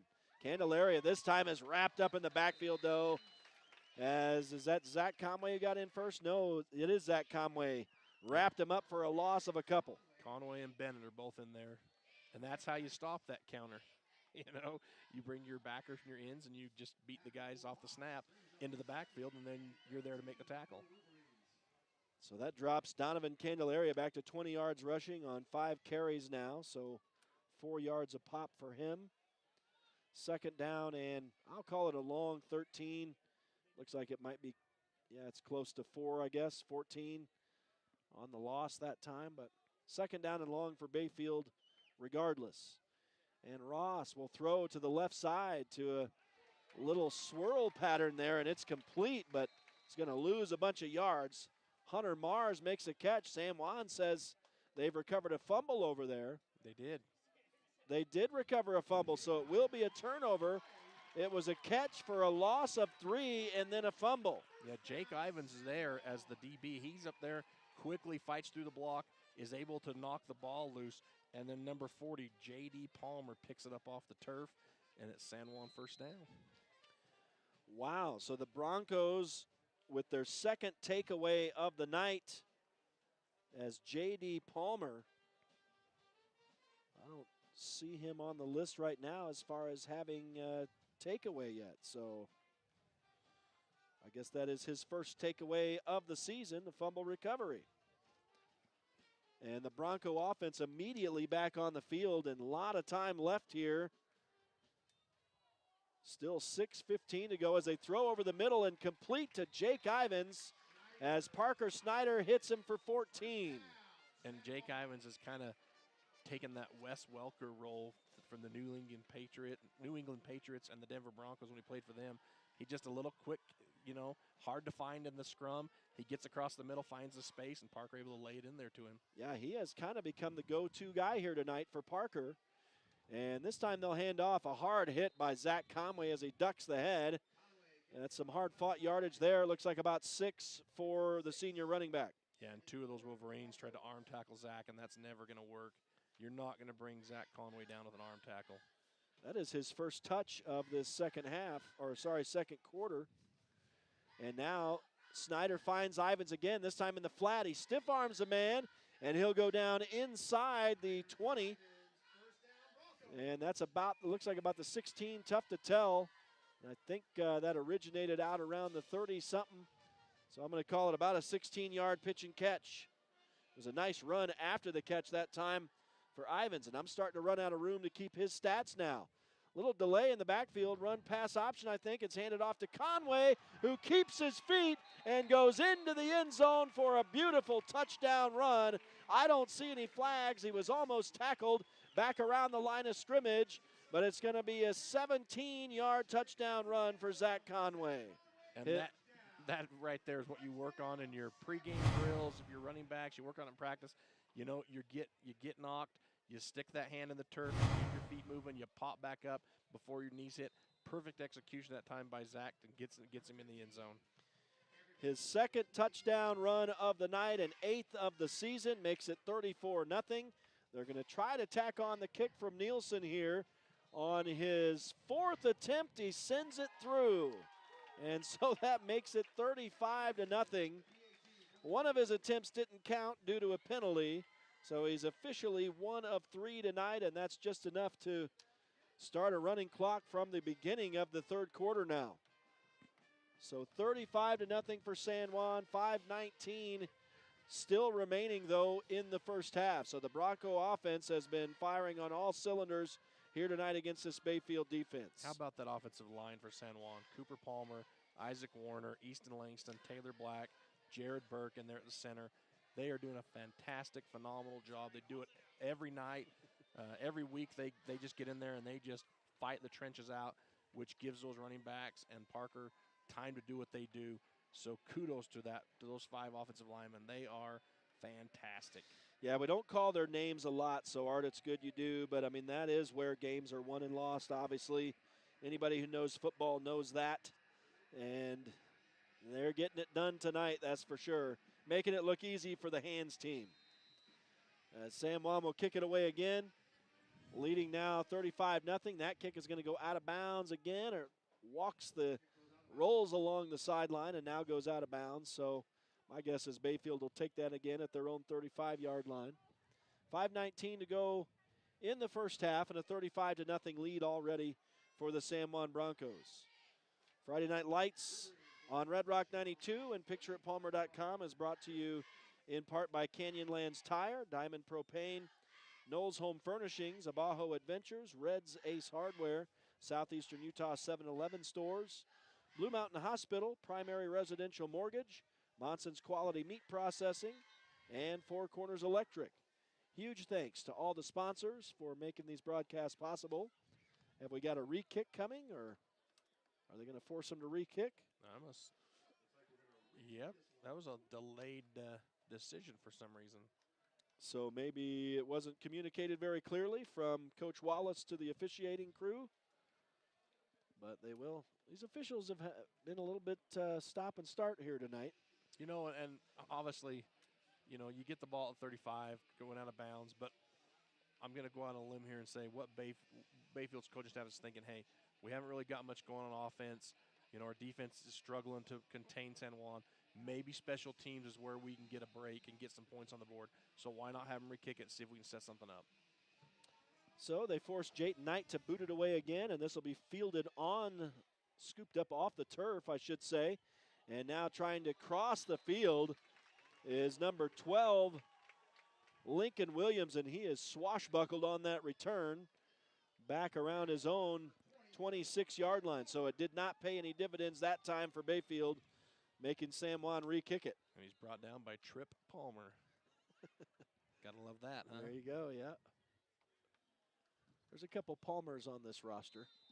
Yeah, but no one of the coolest name is Trip. No, that's a good one. You got Hunter Mars and Trip Palmer going against each other tonight. 1st and 10 for Bayfield from their own 26. Still looking to get on the board, down 35-0 now. Shut out by San Juan last year, 42-0. So the Broncos obviously well within reach of that again here tonight. And now a nice little pitch and catch to the man who returned that kick just a moment ago as he takes it 12 yards from Cody Ross. Lincoln Williams on the gain. 19 yards receiving for him now. That's the first completion in 4 tries for Cody Ross, and it moves the chains. Only the 3rd first down of the game, and what a way to come out. You know, you come out, you make them re-kick, you come up to get the ball at the field, and your first play, you get a first down. That sets a good tone if you're the offense for Bayfield. Yeah, this is they have been in both of their last possessions in San Juan territory, but they haven't been able to make anything happen. The first time resulted in a punt. Last time was a turnover. San Juan turned it into points both times when they got the ball back. And now Bayfield goes on the ground, and that was number 6, Candelaria, carrying. He's done most of the duties in that department, and he was a little slow to get off the turf that time. I don't know if you saw that, Art, so he's obviously been taking a beating in the trenches there. Well, if you see those guys that he has to run into every play down there on the San Juan defense, you'd get up slowly too. There's some big boys down there for San Juan. Yeah, and it's a battle down there. Obviously, Bayfield with their hands full. San Juan's getting good penetration and causing some havoc down there in the trenches. So Cody Ross stepping up to the line of scrimmage, calling commands out to his team. We've lost the internet, it appears, up here, so I'm losing connection with the studio, unfortunately, so that's going to cause me some headaches, but that'll mainly be noticeable at halftime as Ross threw incomplete, I think, that time over the middle, correct? Yes. So incompletion is his 5th now of the night. It drops him to 4 of 9, and he's only got 41 yards passing. So 3rd down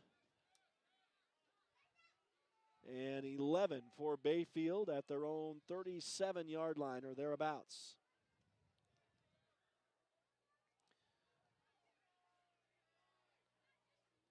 So Ross working from the shotgun.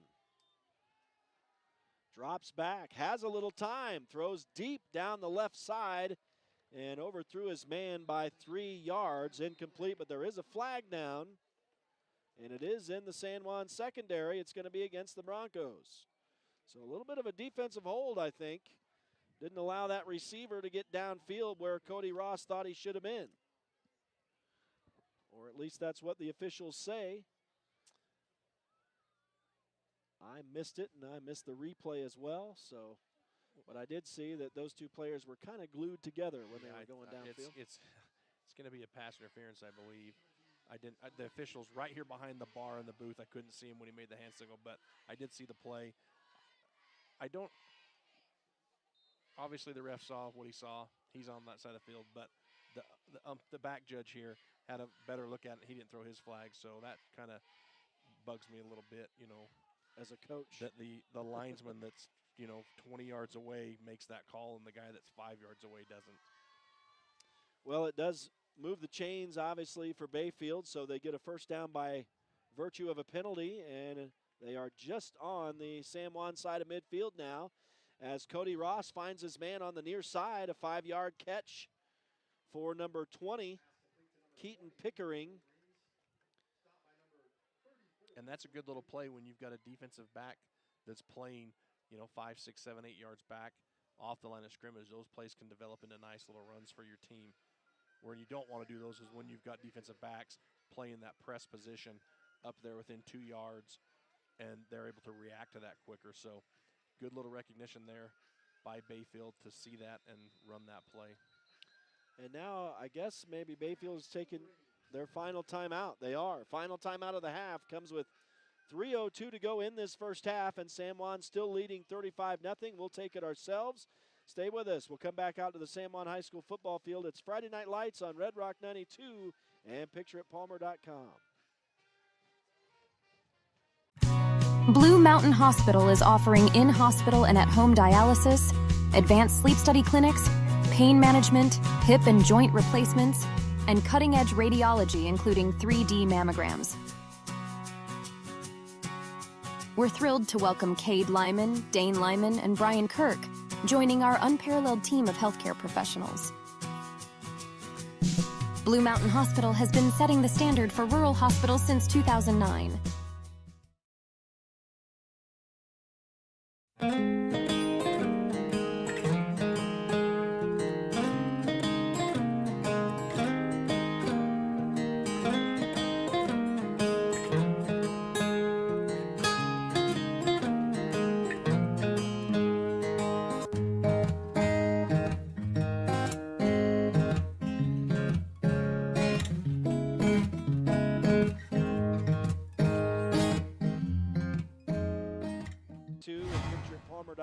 As Candelaria gets a handoff out of the Bayfield timeout and rumbles ahead for a couple yards in traffic right up the middle, and not enough for a first down. It's going to be 3rd down and 4 just outside the San Juan 40. They've got it spotted at the 41, down to 2:20 to go in the first half, with San Juan leading 35-0. Ross will hand off again to Candelaria. Oh, and he thought about pitching it back to Ross. I think Ross says no thank you, as San Juan's all pouring in and pushing him backward. He got about a yard, but watch as he tried to pitch that back to his quarterback. That would have been probably a poor decision. It does bring up a 4th down and 3 with the 1-yard gain from Candelaria. And those are those things that, I know that his intentions are good. He's like, hey, pitch it back and then you run the ball, but those can also be disastrous. So it's good that he didn't pitch that ball, because if that doesn't come out just right, that ball's live on the ground, and, the chance of your team getting it over their team's 50-50. It's kind of like that Monticello-Rich game last year in the semifinals. The kid goes out and he tries to pass it, on the outside, and Monticello's able to get an interception, a low interception, which sets them up to win the game. I mean, those kind of things right there, they're just never good to do. Well, I think San Juan calls a timeout here, so they think that they can turn the ball over here and try to get some more offense in this first half. Yeah, I bet they go for this 4th down here. You're on San Juan's 40. You got nothing to lose here, so give your offense a chance. Maybe you got something you haven't called yet that you've been setting up. This is the time to use that. So if you can get on the board for halftime, this would be huge for Bayfield. Well, and of course, Bayfield has an opportunity to get a first down. They, for the first time tonight, think they're in 4-down territory. This is where they were previously when they elected to punt it away, but now they'll try for it on 4th down for the first time tonight. 4th and 3 from the San Juan 40 as Ross drops back into the shotgun. Has Candelaria to his right. 1-step drop, throws to the left side, flags fly, and it's a good pitch and catch. Good pass, caught down on the far side. And that was to number 12. Let's see, that play originating from the 40, and we'll see where they spot it. But flags are in the San Juan secondary. I think it may end up being pass interference again and decline this time for the first down. Yeah, they're going to call defensive holding, which they're going to decline. And that's like I said, you go for this on 4th, you got to play in there, and then you're able to maybe put 6 on the board. That's a huge momentum shift for you, even down 35, you know, if they score 7. But huge momentum and confidence booster for the Wolverines here if they can get this done. That was a 30-yard pass play to Lincoln Williams. By far the longest play tonight for Bayfield. And so sets him up at the San Juan 10 or just inside. It is 1st and goal. So Bayfield making some noise here late in the first half. Down 35-0. They'll hand off on that wide receiver around, nothing doing, as Keaton Pickering is swarmed behind the line of scrimmage, a loss of 4. And this is where you're Bayfield. You can't huddle up here. You have no timeouts left. You've used them all. You're burning now 15 seconds. I mean, you're going to burn 40 seconds off this clock. You may only get 2 more plays because you're running them for the sidelines. This is where you need your 2-minute offense to call that play on the ball, move, to pick up the touchdown here, because they have burned 30 seconds now. Yeah, no urgency. They may even struggle with the delay of game here. How many seconds on the play clock in high school luckily, ball? they don't see, the ball wasn't set by the time they were out, so you can't go off the clock on the scoreboard. You got to go off. He's counting now, so now they're down to 10. So they get it off, and Ross throws over the middle, complete again, but it's dropped. Nice contact by the San Juan D, or that would have been a touchdown. Yeah, Magnum Nielsen, number 11. Or Brigham Nelson, sorry. Man, that's year. Another blast from the past. Brigham Nelson, number 11, is able to separate that ball, or that is a touchdown for Bayfield. So good hit there. Way to get in there and knock that ball loose. That brings up a 3rd down and goal, but back at the 14-yard line. And now the clock stopped because you got an incomplete pass. So, yeah, 2 shots. 2 shots still for Bayfield here to try to get on the scoreboard. As Ross brings them to the line of scrimmage again, and they go spread. 2 wide left, 2 wide right. Little play action in the backfield. Ross rolls out to his right, throws on the run, but incomplete. Intended for Candelaria on a little check down here out of the backfield, but the incompletion stops the clock with 1:04 remaining in the half, and it will be a 4th and goal, but we do have a flag on the field apparently. Right in the middle, the umpire threw that one. So this may give Bayfield a new set of downs, depending on what this is. San Juan struggling a bit in the penalty department in this first half. And we'll see if this even counts as an incompletion for Ross. Going to be an eligible receiver on Bayfield. So that will go against. That should bring up a 4th down and goal. Yeah, 4th and goal, I believe here. 1:04 left in the half. 35-0 for San Juan. First home game of the season for the 2A Utah defending state champs. On the flip side of my comment earlier about not having a 2-minute offense, you're going to leave maybe just under a minute here for San Juan, and 45 seconds for the Bronco offense is a quarter for most offenses. They can put up a lot of points in 45 seconds. Well, they need to stop first, that's for sure. Bayfield has threatened here on this drive. They threw into the end zone, almost making a catch. So we'll see what Cody Ross can do here, the senior quarterback for the Bayfield Wolverines. He drops back, throws over the middle, nearly picked, but through the hands of, is that Parker Snyder, his counterpart? No, it looks like that may have been Bethea. Man, these numbers are tough. It's either 8, 6, or 9.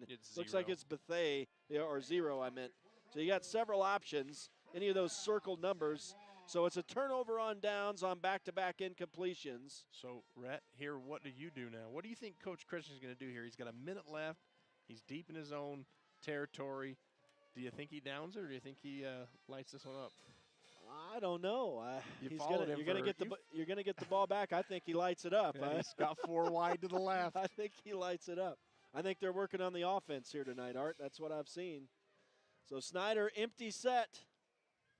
Fakes a pass, now throws to the second man through and in and out of the hands of the intended receiver, number 22. I don't know why I can't bring that name right to my tongue, Javen Montella. 57.5 seconds left here in the first half. Clock stopping, of course, with the incompletion. 2nd and 10. San Juan starting from their own 14. It's, of course, their worst field position of the night to start. 6 completions for Snyder before that, and he completes one again. Out of the backfield to Zach Conway. Did I hear a whistle? They were 4 wide. Conway was out. They were empty backfield. Oh, sorry. Okay, so he lined up as a wide receiver and gets it all the way down to the 44, so that's a 30-yard catch for the senior running back. And like I said, he was averaging 30 yards coming into the game per catch, and now another completion to Jake Ivins as he's been the go-to guy. And so let's see, that's a 5, 10, 15, 20-yard catch for Ivins, and now a timeout for San Juan with 39, almost 40 seconds left in the first half. And I didn't see what was after the play, but Coach Christensen and his staff are fired up about something with the officials.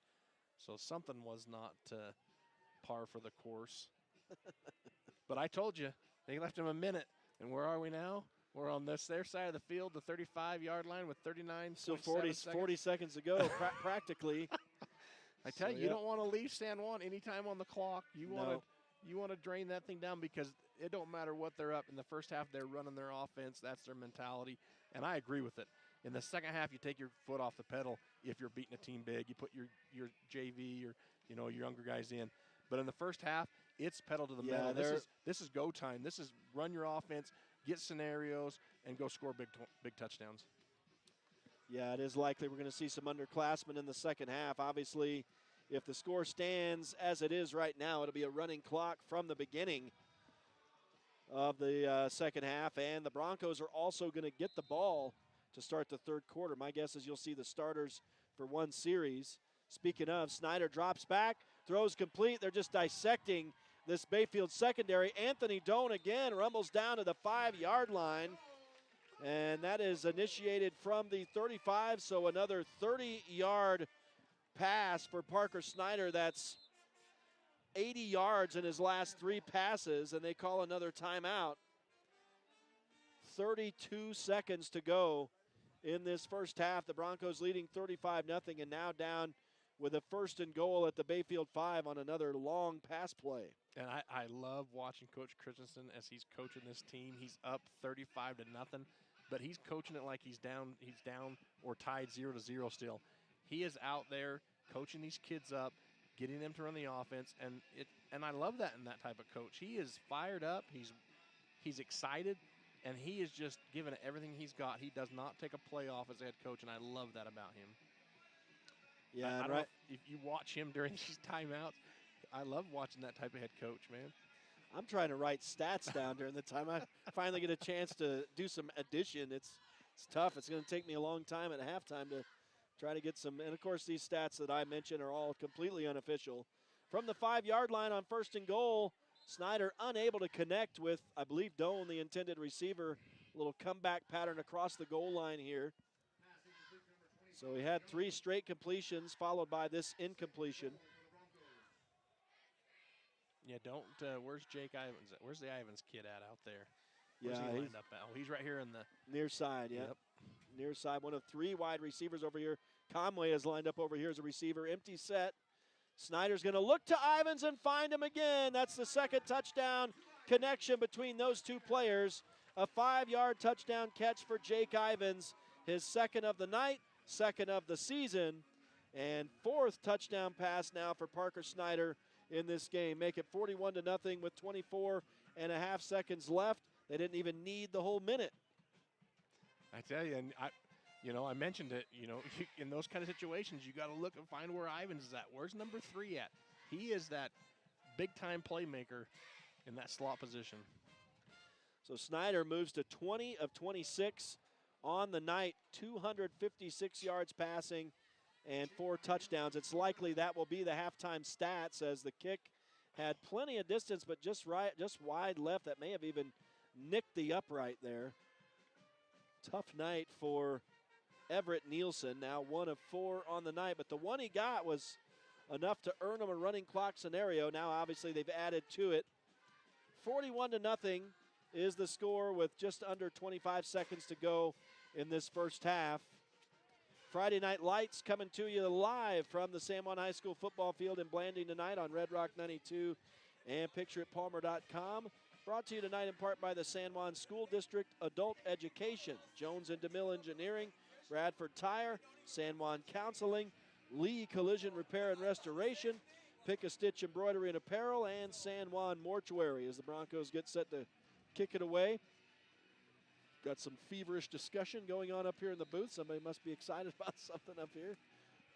We'll get the backstory at halftime. There goes the kick. It'll be returned once again by Bayfield. This time it looks like Candelaria on the return, and a decent return indeed. Out across the 30, around the 35-yard line. So if you're Coach Wallace, you definitely want to air something out here and just take a shot downfield, try to make something happen in your last possession of the half, 18 and a half seconds.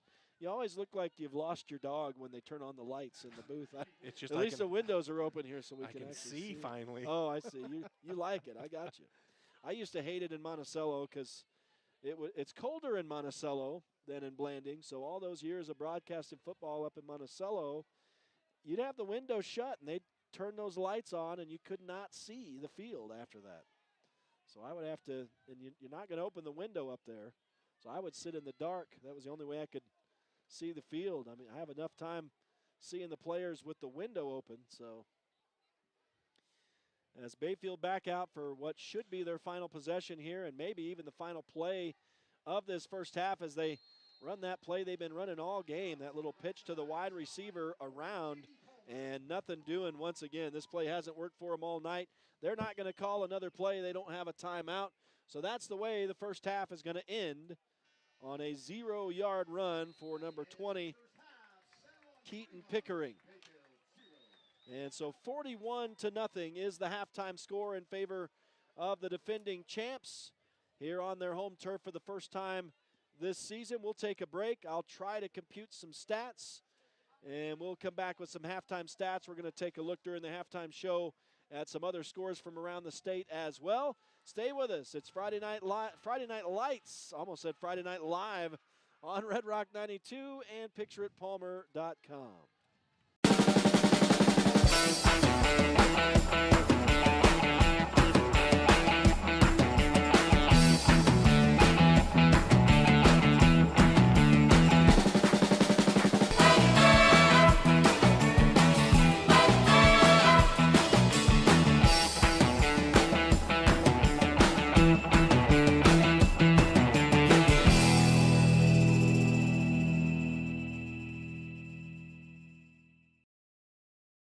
San Juan Credit Union. Your money, your future, your credit union. We have branches available in Blanding, Monticello, and Bluff. Come on down and see us.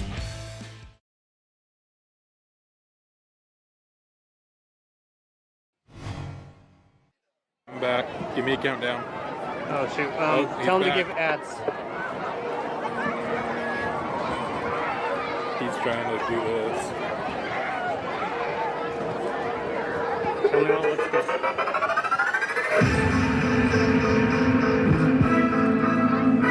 Come on. Yo, hold up. Yo, my God, the letter pussy with you if you throw that.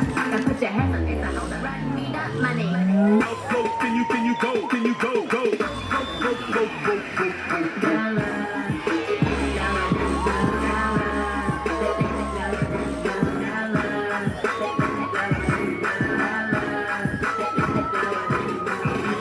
Hammer time, diamonds on my neck. I like boarding jets, I like the diamonds, but nothing in this world that I like more than checks.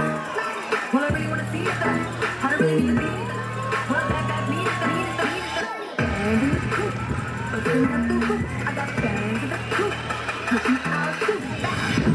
I don't do the most, but I do a lot. I'ma make a toast, cause we still alive. No big, I feel like I shoot a shot. Blip, blip, coming in. Shoot that.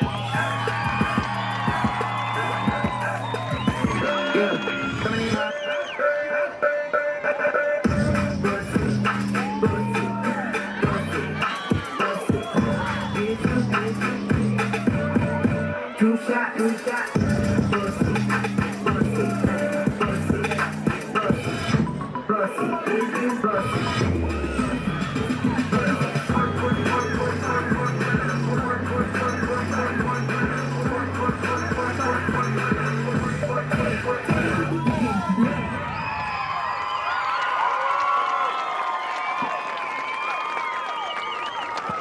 hear it for the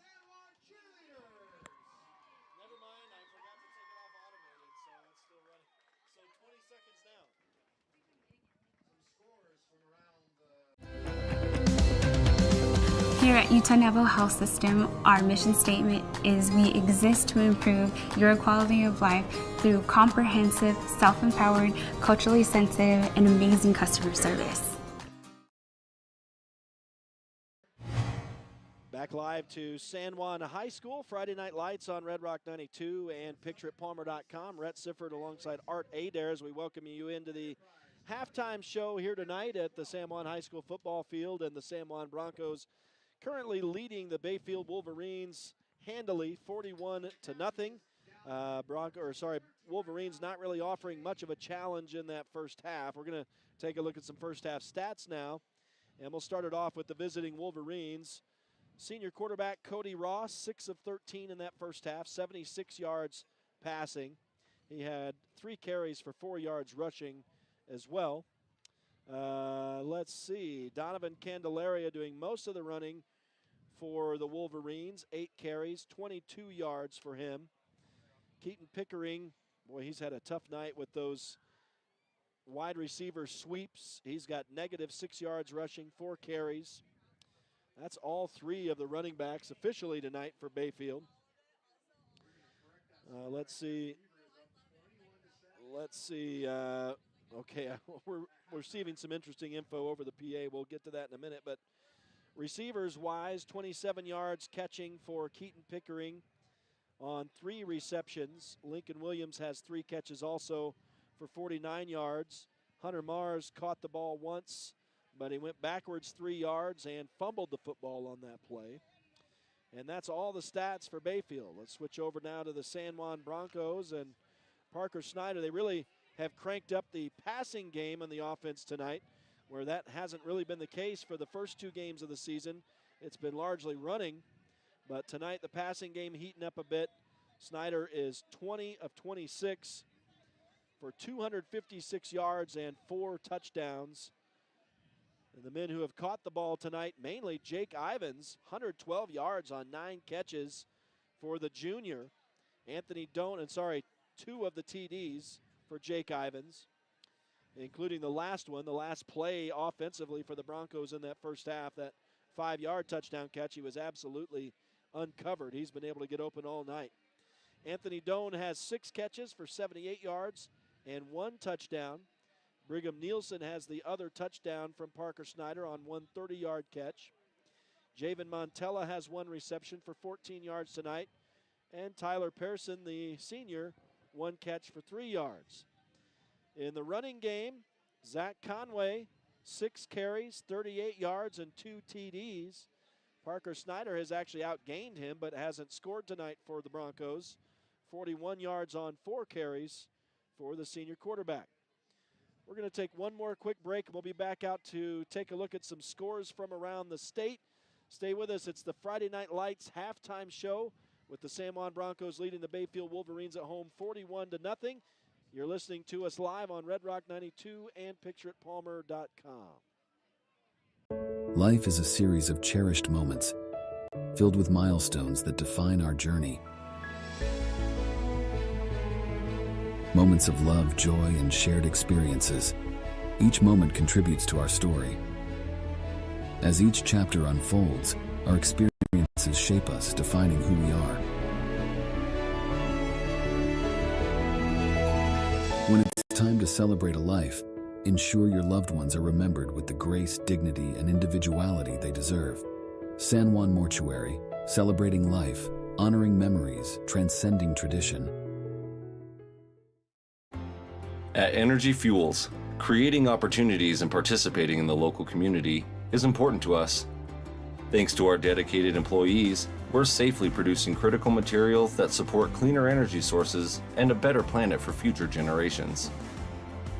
Knowing that the youth of today will make great contributions tomorrow, we're proud to sponsor San Juan High School athletics.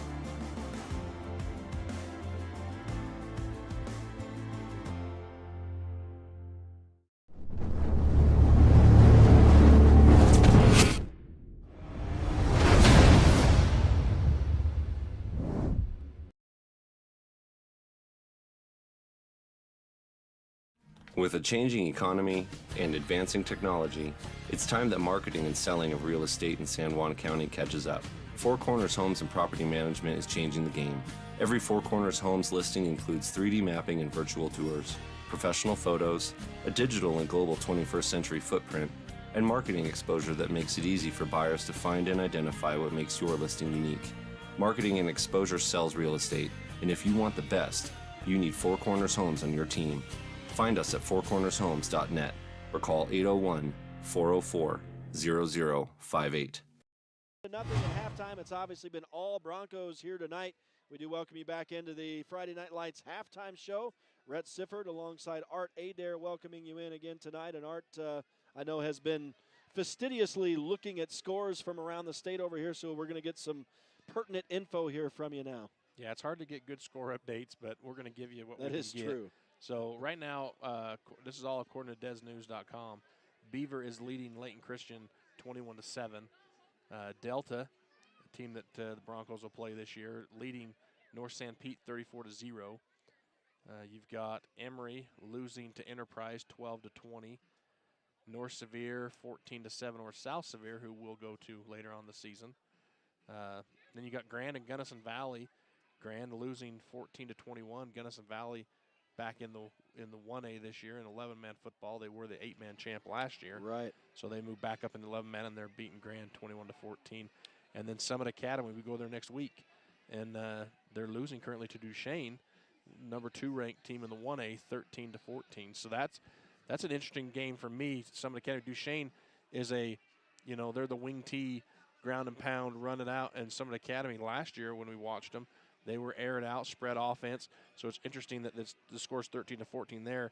2 totally different style of offenses running, and Duchesne, the 1A school, up on that. So interesting.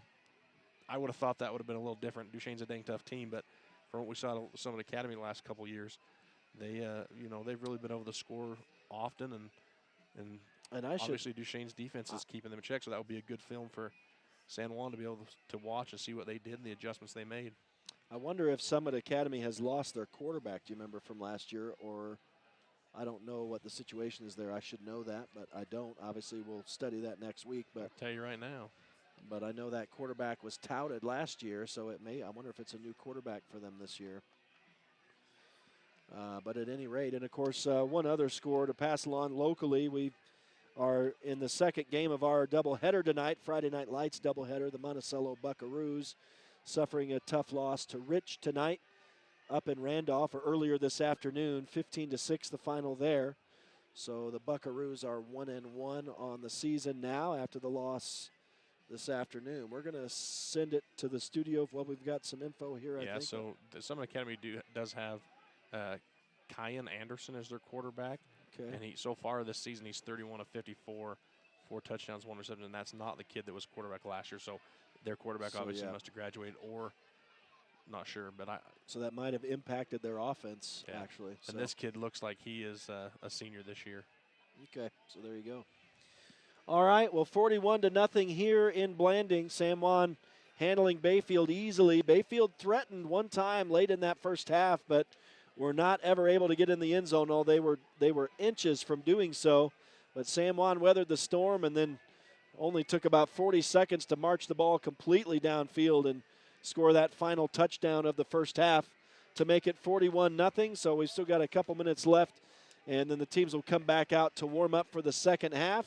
We're going to send it for another break, and we'll be back out here to the San Juan High School football field momentarily. Stay with us. It is Friday Night Lights on Red Rock 92 and pictureitpalmer.com.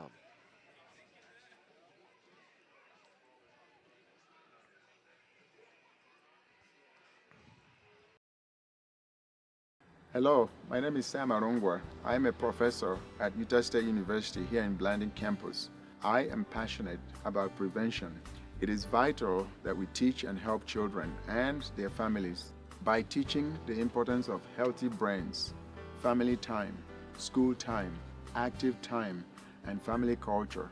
We are helping to protect against and lowering the risk of youth substance misuse and suicide. It takes a community to raise a child. Prevention is about building relationships. We can work together to strengthen one another and help keep San Juan County an amazing place to educate and raise strong families. I know that we can do this. Let's do this.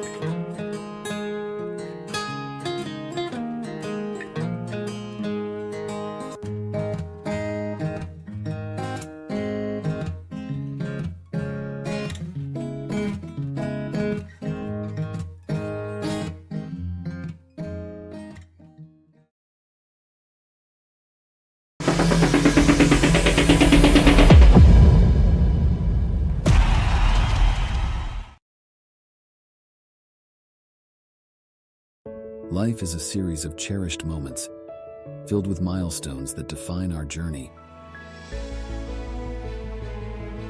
Moments of love, joy, and shared experiences. Each moment contributes to our story. As each chapter unfolds, our experiences shape us, defining who we are. When it's time to celebrate a life, ensure your loved ones are remembered with the grace, dignity, and individuality they deserve. San Juan Mortuary, celebrating life, honoring memories, transcending tradition. Compared to the vocational schools of the past, today's career and technical education courses span nearly every industry, including health science, business, digital arts, and computer science. CTE students learn valuable, real-world technical skills with a solid academic foundation while exploring career options or pursuing their passions. Did you know San Juan School District offers 19 CTE pathways for secondary students? To learn more, talk to a school counselor or CTE teacher today.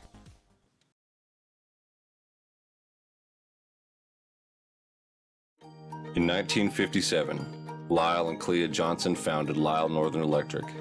What began as a small business in their family home has grown into the prominent local company it is today, a third-generation owned and operated company. Lyle Northern Electric is honored to have served the people of San Juan County for the past 65 years and is a proud supporter of high school sports.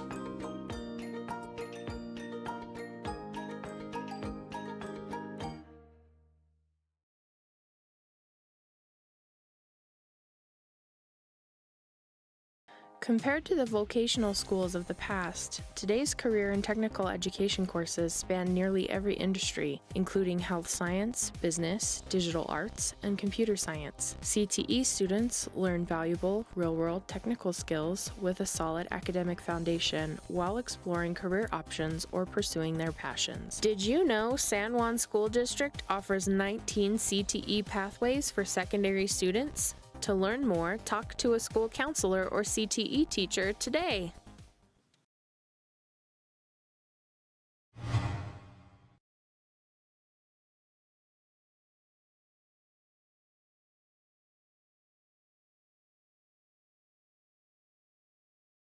Out warming up in what is the Broncos' first home game of the season, and not many of them this year. It is one of 3 regular season matchups slated for this field this season, and hopefully, if things work out the way the Broncos would like for them to, they'll be here at home for the second round of the state tournament in a couple months. So the Broncos leading it handily right now, 41-0. We're going to start with a running clock here in this second half. My guess, Art, is we're going to see the starters maybe for one series, and then after that probably some JV action. Yeah, that's typical. What head coaches do is they bring out their varsity so you can come out. You still want your varsity team to get the feel of going in at halftime, making the adjustments, and then coming out and running some offense and defensive plays. So I wouldn't be surprised if you see one or two offensive and defensive series from the starters before we start seeing a lot of the sub guys come in. And it just all depends on, I think, what Coach Christensen likes and what he sees. If he feels like he's going out on a good note to put those other guys in, I doubt we'll see them the whole game. But, one or two series is pretty much respectable. Yeah. Well, Friday night, as the teams get ready to start here in this second half, Friday Night Lights on Red Rock 92 and pictureatpalmer.com. And, of course, pictureatpalmer.com still stands, but currently tonight on StreamUtah.Live. And for those of you who are just maybe joining us who don't yet know that, you've missed probably the bulk of this game. It's going to be a pretty quick second half, but we're thinking this will be the only week where we're going to have StreamUtah.Live. Should go back to pictureatpalmer.com as usual next week. And kudos to Lane and Caleb for, working through it and getting us back up here. I mean, those two are awesome. They're wizards. I don't know which one's Harry and which one's the other one. I'm not a Harry Potter fan, so I don't know the other one's name. That's awesome. Well, I thought, this is incorrect. San Juan should be getting the football. Isn't that correct? Oh, no. I misspoke. I misspoke. I thought San Juan, I don't know why I was thinking, and they must have been offsides on the kick here. And there really is no, I misspoke there, too. There's no such thing as offsides. It's offside.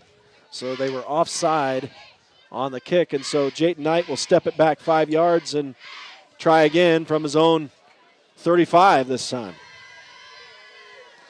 Well, while we've got a moment, Friday Night Lights brought to you in part tonight by Four Corners Homes, Utah Navajo Health System, Main Street Drug and Boutique, San Juan Credit Union, Tailor-Made Wooden Heritage, and Innovation Medical Group. Could not do these broadcasts without the sponsors, so we give a big thanks to all the sponsors as this ball is scooped up on one bounce. Nice open field tackle by the Broncos here. I got my eye on him. Looks number like that, 8. Number 8, so that is we don't call that name a whole lot. Nice. Derek White. There you go. On the tackle for the Broncos. Ron Weasley. Yeah, okay. That's the other one. Ron Weasley. So I don't know which one of those guys over there is Harry. Caleb's over here laughing because maybe he's heard that before. I don't know. Good thing there's glass in between us and him. We could be in trouble. I could get a backhand to the mouth here. Well, was there a penalty on the return? Because it looked, Yep. So they'll start defensive holding. So Bayfield's going to get better field position across their own 40. And they'll start right at the 40. So right at their own 40. So Bayfield decent field position to begin this second half, third quarter. And 41-0 the score in favor of San Juan. It is a running clock, so Art, maybe you can enlighten us on when the clock actually stops. Apparently it stops during kickoff situations. Timeouts. Yep, and then it should run no matter if it's out of bounds or not. So timeouts, I think touchdowns. Touchdowns stop it. Scoring or a field goal if that were to happen. But Bayfield's going to run their first play from scrimmage here. Was that caught? It was. Wow, that was not the intended receiver, I don't think, but was caught on the near side over here by 39 for 3 yards. And he was wrestled out of bounds. Let's see who that is. That's Kyle Russell, looks like. I'll tell you, though, the Wolverines have got some impressive players now. First game of the season against a team as talented as San Juan, but Candelaria, Ross, Pickering, all three seniors that could make an impact in that Colorado 2A. Yeah, and obviously one heck of a warm-up game for them to start the season. So they get probably their toughest test of the year tonight. And so that only bodes well for them to go for the remainder of the season, looking for their first win in a couple seasons as they go backwards here. This is going to be a loss of, looks like about 7, as it was number 20 on the carry, Keaton Pickering. Yeah, and Pickering, he runs hard. He just ran into a wall, and he tries to bounce it to the left side, but Keaton Ivins just right on his heels is able to just take him by the waist and bring him down from behind. But a kid that, I mean, he's definitely not the biggest kid on the field, and he's running, like he's a stud. So yeah, and if he could get a crease, he might break one. And every time he's run the ball, he's had to run a long distance because he comes from that wide receiver spot. So here's Ross throwing over the middle. It's intercepted by Brigham Nielsen as he slid down at midfield and snagged that one off the turf. And so the third turnover of the night.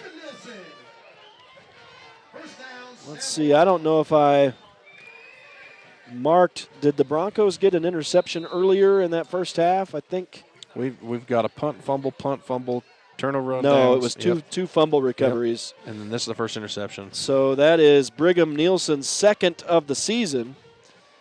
And the Broncos' third takeaway tonight. So they get the ball right at midfield, 1st and 10. Not quite 2 minutes into the second half, and they give to Zach Conway, and he breaks free for his biggest run of the night. Juked the whole team out over there and goes the distance, but I think a block in the back is going to bring it back. And so this will be the third touchdown called back on San Juan tonight. So this is going to be coming back. Boy, you got to, when you're Zach Conway working hard like that all the way downfield, and that is a little bit demoralizing to have to come back. I think it was right over here when he juked the guy on the side, and they're going to call, I don't know, man. That's where the flag was. That did not look like any kind of an illegal block to me. Yeah, no, he barely even touched him, and it wasn't even. And it wasn't from behind. Yeah, it was a great play. Wow. I mean, we have the benefit of watching it again on replay, and yeah, they don't. But still, you don't. Those are those calls that you got to let go sometimes. Well, at any rate, that touchdown called back on an interesting call. And so 9:51 time does tick off on that play. So clock will resume running now. It'll be a replay, I guess, of first down. Well, I'm not sure. Yeah, this is interesting. So 1st and 10, and the Broncos starting at the 40. And they will hand off again to Conway, and he goes about 7 yards off left guard here. I thought they had started back at midfield, and I don't remember a first down. Did I miss something? When they called a holding on the wide receiver, I believe, so it should have come back to the line of scrimmage for the mark-off and not where the holding occurred with the new rules. I'm lost. I'll tell you that. I'm lost.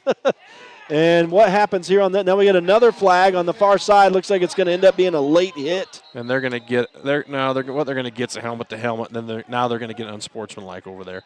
The official on that side threw her hat. Was that a pass to Conway that time? I think it was a pass to Conway.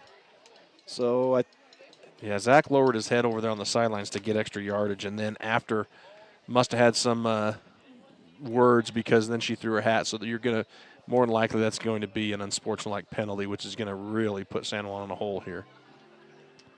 So I don't know. So does the play even stand? I think it was like a 20-yard pass, but they're discussing it, trying to figure out what's up. And Rich, yeah, I think you were saying that this is a no-no to play this music when the refs are talking things over, but I don't think they care. Man, yeah, not after the calls we've seen here of late. Well, that one's this one is legit. I don't know what happened after the play, but when it happened, I definitely knew that there was going to be a helmet-to-helmet contact there on it. So whatever the discussion is, obviously, is what happened after the play was over. So standing around at this point, so we're going to let the refs figure this out. We'll take a quick break ourselves. 41-0 under running clock circumstance here in the third quarter. 8:57 to go in the third.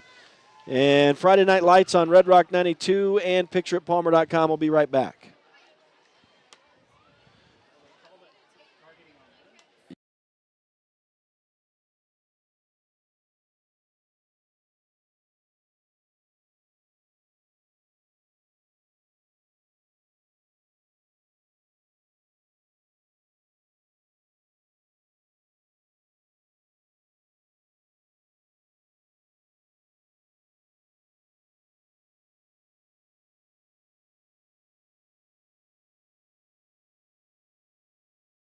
Lights on Red Rock 92 and pictureatpalmer.com. They figured it out.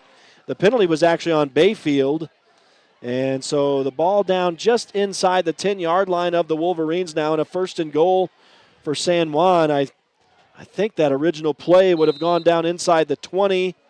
So theoretically was a 12-yard pass or so from Parker Snyder to Zach Conway, I believe. Not 100% sure, and of course my stats are unofficial, but the Broncos, as another flag fly, go into the end zone, and I think Zach Conway again, and now another flag. And these are, one of them's definitely on Zach this time. I was wrong the last time. It looked like, they were going to give the offensive guy the help. They didn't. Yeah, that official on that far sideline, she has found her flag, and she wants to use it this second half, that's for sure. Yeah. So the real thing is, if they had called the play on the touchdown properly, that San Juan wouldn't even have the ball right now, and none of this would be happening. But the irony of it all is we've had a running clock this half, and we haven't really had a running clock because we've had too many penalties. Yeah.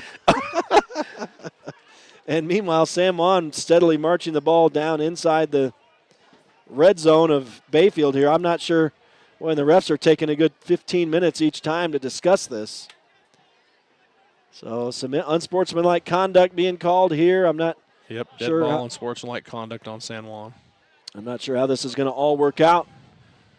Coach Christensen is curious what's going on.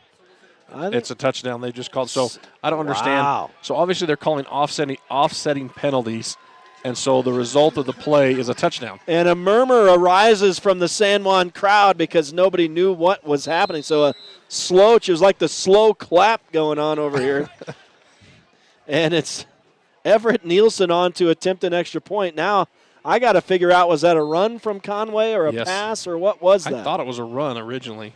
And it must have been a 9-yard run. That's what we're going to call it, and we'll figure it out after it's all said and done. A 9-yard touchdown run from Zach Conway from 9 yards out gives him his 3rd rushing touchdown of the night and his 9th of the season, we think. What a confusing and weird series that was. And let's figure this out. That's 45 yards. That is 54 yards rushing now for Zach Conway on 8 carries. So it hasn't been a whole large collection of yardage, but 3 rushing touchdowns now for Zach Conway to add to his tally. And the Broncos increase the lead to 47-0 with 8:48 to go in the third. And again, we're theoretically under running clock circumstance, but it hasn't really happened yet. And because that was the dead ball, unsportsmanlike down here in the end zone after the play was over, San Juan's going to have to kick this one back from their 25, which we're going to see what kind of leg Jayton can get here. I know his dad's been, working on this with him in the, on the weekend, so let's see how much leg he can put into this kick. And he gets a decent boot. It's going to be returned, though, and right up the middle to about the 45-yard line for Bayfield. A good kick, too. Yeah. I mean, that's what you need out of your kicker. You're down there in your 25, and you need him to kick it over the 50 and get it down in there. Give your team to keep them on that side of on their side of the field. So, good kick. So 1st and 10 for Bayfield from their own 45. 47-0 for San Juan. Friday Night Lights on Red Rock 92 and pictureatpalmer.com. Brought to you in part tonight by Anderson Oliver Title Insurance Agency, Utah State University Blanding, San Juan Health, Car Shop Auto Body, Colleen Kays, author of The 7 Dynamos of Organizational Power, and Red Mechanical tonight. And it looks like they spotted him actually at the 44-yard line. So that's where Bayfield begins this set of downs. Clock is running. Under 8:15 to go, and it's very close to what we're going to see real time here in this third quarter. As Ross airs it out and actually underthrew his intended receiver, who had a step on the San Juan secondary, Keaton Pickering. Yeah, Pickering got behind everybody, and he had a good 3-4 yards. If he's able to lead him just a little bit, that goes for 6. It may have, yeah. Yeah, the catch would have been made around the 25 of San Juan, so a little bit of a misfire there, miscue, and they're unable to connect. That would have been a big deal, I think, for Bayfield to score on this defense. I think if Bayfield can get a score, no matter what, time of this game, it's going to be big for them. Working from the shotgun as we get some helicopter coverage here in Blanding. And they'll give it to Pickering on that wide receiver sweep they've been running all night. This time he's going to actually get some positive yardage to the tune of 6 yards. Yeah, he's a good little runner. If he can just get some blocks, he'd probably do some damage. So they can clean that up and get some blockers downfield for him. That's really going to open up his run on that little sweep screen they do. Well, it's not enough to move the chain, so 3rd down and about 4 for Bayfield right at midfield. Under 7 now to go in this 3rd quarter and a 47-0 lead for the Broncos. As Cody Ross, the Bayfield senior quarterback, works from the shotgun as he has all night. Fakes the pass to the left side, now throws it deep, and this time he does connect with his man, and it is a touchdown if there's no flags on the field. And let's see, it initiated from midfield to be a 50-yard touchdown pass for Cody Ross to Lincoln Williams as they finally break through on the San Juan defense.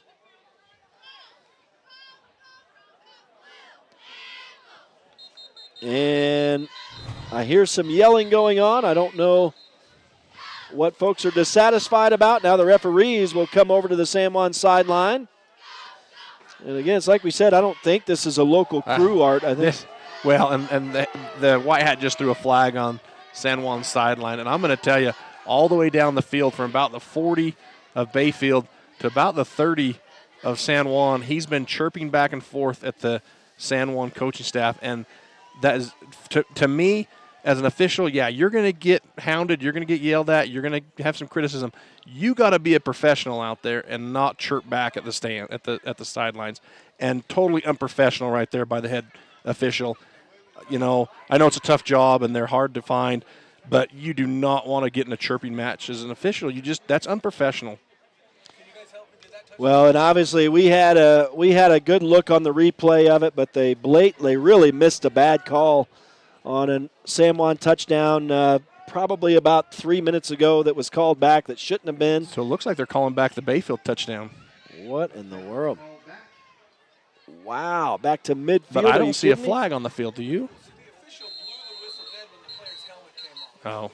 So apparently Jayton Knight's helmet, I did see Jayton Knight's helmet off, but I'm not sure why. Now Coach Wallace actually calls a timeout. I guess I don't know if he has questions for the officials. And I guess we're being told, and I didn't see it, but I guess Jayton's helmet comes off, and the head official blew the whistle to stop the play for safety, and then they get the pass over the top, touchdown, no touchdown, and I think that's what San Juan was talking about. Hey, this is, and so obviously something was going on. So the rule is if a player loses the helmet, regardless of how, is the play dead for either team? Yes, you're going to call that play dead. Okay. And so obviously San Juan felt like he didn't call it, and he did. I don't know. Maybe he didn't call it till he figured out down the field. This is all, we're second guessing. This is hearsay up here from the booth. It's turned. I'll tell you, it's turned weird in the second half. It is a crazy. It's almost like the officials didn't have enough input in the first half, and so during the running clock second half, they're showing up. And boy, strange, hard to explain calls here. I don't know. Jayton was pretty far behind the play, and I'd have to go back and watch a replay. If that's the case, you could just have your players lose their helmet regularly. Well, I think he lost it in contact, so that's why. But yeah, it's a weird situation here. I haven't seen that situation, I don't think, ever. But apparently no touchdown, and they're going to replay third down, I guess. Maybe it's third and 4 from midfield. Inadvertent whistle, maybe.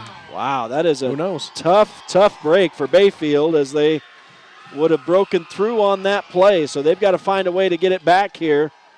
And they run the same play, and more flags. Guess what? I tell you, it's relentless with the flags here in this third quarter. Relentless. And they're going to call a pass interference, I think, on San Juan, as that was kind of like a 500 ball thrown up in the air. They ran the exact same play. It didn't fool the Broncos that time, but the penalty will move the chains for Bayfield, and I think we've seen a flag on every play and in this second half, and sometimes multiple flags. Yeah, obviously at halftime the officials went in and remembered they had little yellow hankies in their back pocket. And they're like, hey, we didn't use it enough. I haven't thrown a flag last half. Well, they probably got a little bet going who can throw the most flags. Oh, my goodness. But, yeah, it has been the slowest running clock I've ever witnessed in the third quarter. Yeah, we're nigh into 9 o'clock. I know normally we get done at 10, but when you earn a running clock, it's nice to have a shortened second half. So Bayfield with a 1st and 10 now inside San Juan territory at the Bronco 35 as Ross takes the snap, hands off to Candelaria. He hit a wall of Broncos at the line of scrimmage, no gain. That was a wall of Broncos right there. Out of the bottom of the pack, someone we just like to call a name, Jordan Duke, comes out of the pile. But I think 3 Broncos hit him at the same time. No gain, 2nd and 10 at the San Juan 35. Yeah, I'd like to go down and get some explanation after the game from those officials on that whole series of events that went on with that touchdown, because I don't know. I fear asking Barkley about that after that. I don't think I better ask him about the officiating in the second half. Bayfield with a 2nd and 10. Clock is running, under 5 to go now in this third quarter as they set up the screen, but unable to pull it in on a high pass is Keaton Pickering. So that'll be an incompletion. And boy, for whatever happened on that play or whatever was ruled, it's obviously hurts Bayfield the worst. They had run a 50-yard touchdown pass, and that was negated, and now kind of stopping and starting, just having trouble getting it back in gear. The only real positive yardage they have is the penalty. And that was a good little play call by Bayfield. You know, a little wide receiver screen right across the middle. Just the quarterback got to bring that ball down a little bit, but he had yards to run. So 3rd down and 10 now. I would say 4-down territory for Bayfield from here on out. Ross will tuck it up himself as nobody was open, or so he thought. He's going to get back to the line of scrimmage, but nothing more. So it'll be 4th down and 10 now. If I was Ross, I wouldn't go off the field here, regardless. And he's not. It looks like Coach Wallace will call an offensive play from the San Juan 35 on 4th and 10. Running clock, 47-0 lead for San Juan. 3:45 left in the third quarter. I believe that was Brad Scow on that tackle, rather from his defensive tackle position. Yeah, the Broncos doing a good job consistently clogging it up. I see Xavier Hancock into the game. He's a senior. Here's your 4th down. Coming in late, yeah, 4th and 10. Let's see what Bayfield can do. This will be their 2nd attempt on 4th down tonight, I believe. And Ross is going to air it out.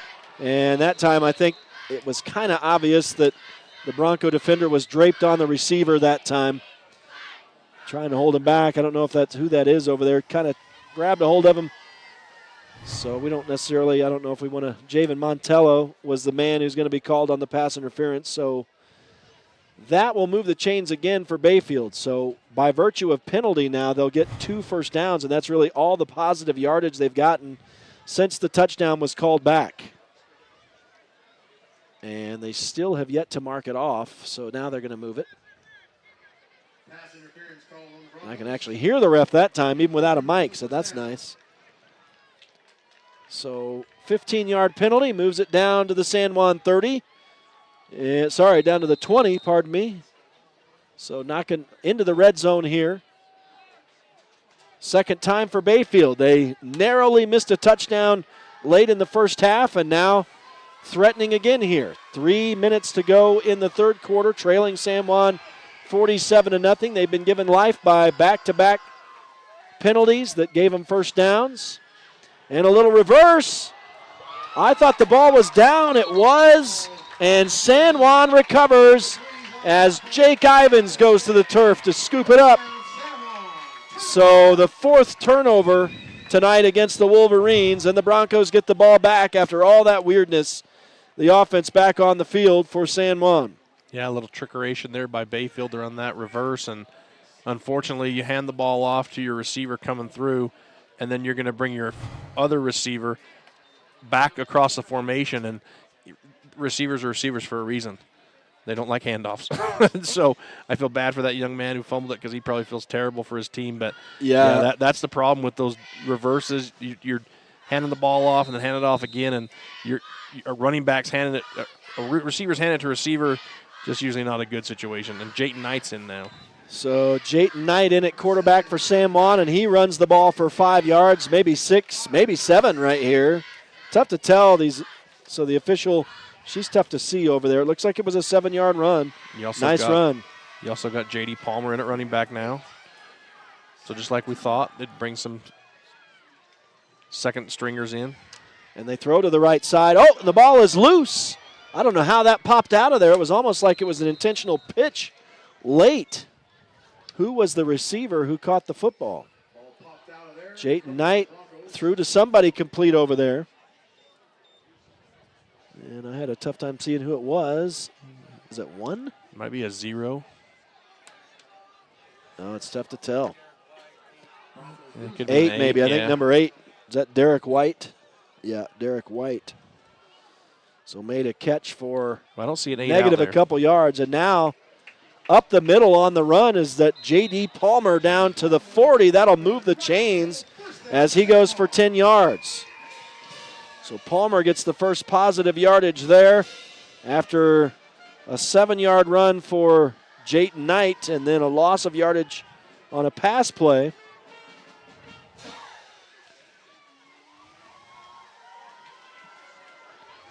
And now Jayton Knight goes up the middle and downfield he goes, out ahead of everybody to the end zone. Touchdown San Juan. Jayton Knight springs one and gets free from 60 yards out and scores to make it 47-0. 47-0 on a huge touchdown run from Jayton Knight. Well, you can tell this kid's been waiting to get in the game and gets his first rushing touchdown of the season. Just running that RPO, when he saw the gap, he pulled the ball from JD's gut and took it himself, and he was gone. So the Broncos strike pay dirt again here with 1 minute left in the third quarter. And get a little bit of extra seconds. The kick is good from Everett Nielsen this time. So he's now 2 of 5 on the night. Sorry, I think it's 2 of 6. I didn't mark down the kick last time that went wide. I don't believe. I could be wrong on that. 54-0 is the score now. Just under a minute to go in what has been a kind of strange third quarter. And we've got a receiver. I don't know who caught the ball once, but negative 3 yards, so he might not mind if I don't mention his name at the end of the game anyway. We'll see, but San Juan set to kick it away again. Friday Night Lights on Red Rock 92 and pictureitpalmer.com. Brought to you in part tonight by San Juan Building Supply, Flights Gymnastics, Northern Electric, Red Mesa Home Health, Emory Telecom, That's a Pizza, Napa Motor Parts, Creative Floors, and San Juan School District CTE programs. As Jayton Knight himself will, amazing that he can still breathe after that, but he'll boot it away for the Broncos, and a returnable kick here for Bayfield, and they'll get it out to around their own 30. Boy, we were spoiled the last couple weeks, Art, with the sport turf. It's really easy to see the yardage on that sport turf. Yeah, it gets hard to see under the lights on this natural grass, that's for sure.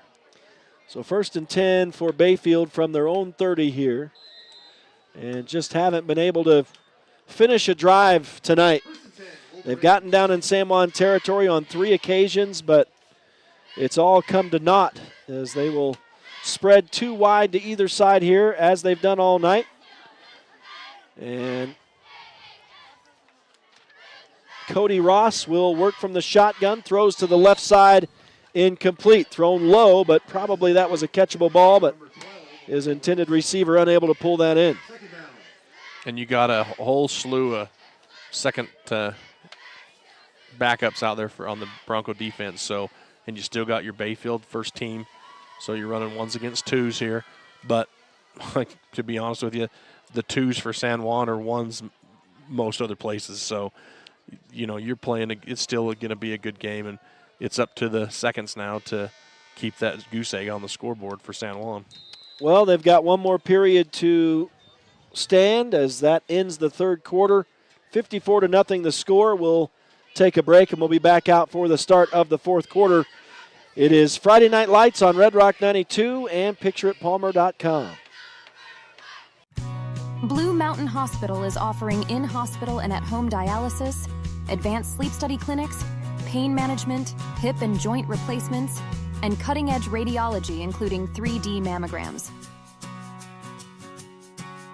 We're thrilled to welcome Cade Lyman, Dane Lyman, and Brian Kirk, joining our unparalleled team of healthcare professionals. Blue Mountain Hospital has been setting the standard for rural hospitals since 2009.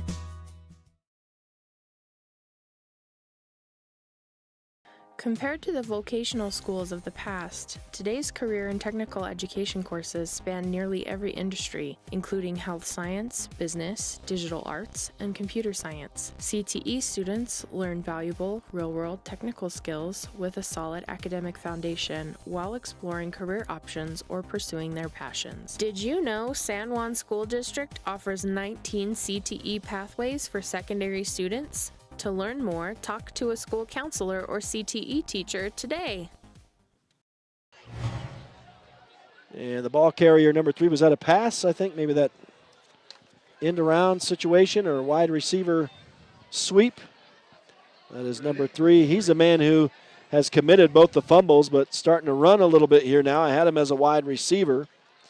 So, Rhett, I did a little research here, and the rule on a helmet coming off is if a player's helmet comes off after the plays or when plays whistle dead, then he has to leave the game. But if it's removed during a play, the referee will immediately whistle the play dead. So, okay. Obviously they thought that Jayton's helmet was removed by one of the Bayfield players, so that negates their touchdown. Okay, so that was the ruling as far as we can tell. And now on third down, a pass incomplete thrown by Cody Ross. So he's had trouble connecting here. And I've got a mark. So I still haven't marked off that 50-yard touchdown. So that really hurts Cody Ross's stats, obviously. And that was a good pass by Ross, but Derek White was just there.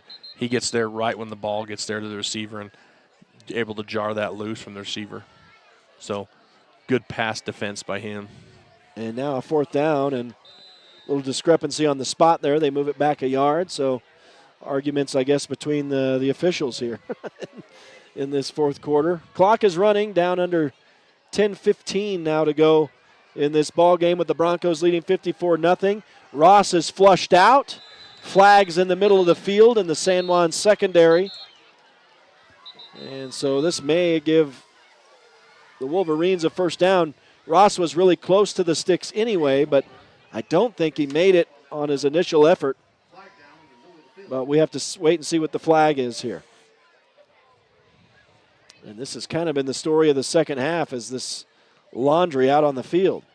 Yeah, we only had, I think, at halftime 2 penalties by San Juan and 3 by Bayfield, and San Juan has really really filled up the stat sheet with penalties this second half. And that is defensive holding on the Broncos, so that will indeed move the chains, and I guess that's a spot foul. And so Cody Ross did run the ball for 9 yards. And then with the additional yardage for the penalty, that moves it up to the 47. First and 10 for the Wolverines. Again, running clock, so it's under 10 minutes now to go in the ball game with San Juan leading 54-0. Here's Ross from the backfield throwing to the right side, complete. And a nice gain of about 9 yards into San Juan territory to the 45. I didn't see who Pickering. caught. That's Pickering, yep, out of the slot back position. He seems to be their utility knife. They want to use him in a lot of different roles out there on their offense. Looks like we'll call it an 8-yard pass, so that gives him 35 yards receiving. And that's the first completion for Ross in a long time. He's 8 of 20. as he brings them to the line of scrimmage on 2nd and 2 from the San Juan 45. Has time. Now he steps up into the pocket and now across the line of scrimmage. He'll carry it for a first down, a pickup of 4. Down to the 42. George McNaughton getting some playing time, able to make the tackle. So that, I think, is the first down for Bayfield without a penalty in a long time. I don't. Yeah. So 1st and 10 for the Wolverines, just outside the San Juan 40 now, but the clock is a major factor, obviously, with the running situation. There just doesn't seem to be any urgency for this Bayfield offense. Well, down 54-0, you can't really have a lot of urgency. What they want to do now is just methodically move the ball down and put a touchdown on the board. That's their victory right there. Pickering in motion, and he'll take the pitch on this wide receiver sweep again, and he's hit at the line of scrimmage, but lunges forward and gets probably 3 yards on that run. He is a tough little runner, and he's not that big. I wish I had some stats on him, but I'm going to say he goes, 5'9", maybe $140. Yeah, he's short and not super solid, like large. So yeah, I think he runs. Right. He plays bigger than he is. He's a good kid. Yeah. And that brings up a 2nd down, and I'm going to call it 7. I'll give him 3 on that run. He worked hard, got his back bent in half. And now Ross will throw to the near side. I think it hit the turf, and it is incomplete on the official's ruling. So that will bring up a 3rd down now and 7. Ball at the San Juan 40. So big 3rd down here for the Bayfield offense. San Juan's 2nd-string defense trying to keep Bayfield off the board here tonight. It's 54-0, 7:15 and a running clock to go in this game.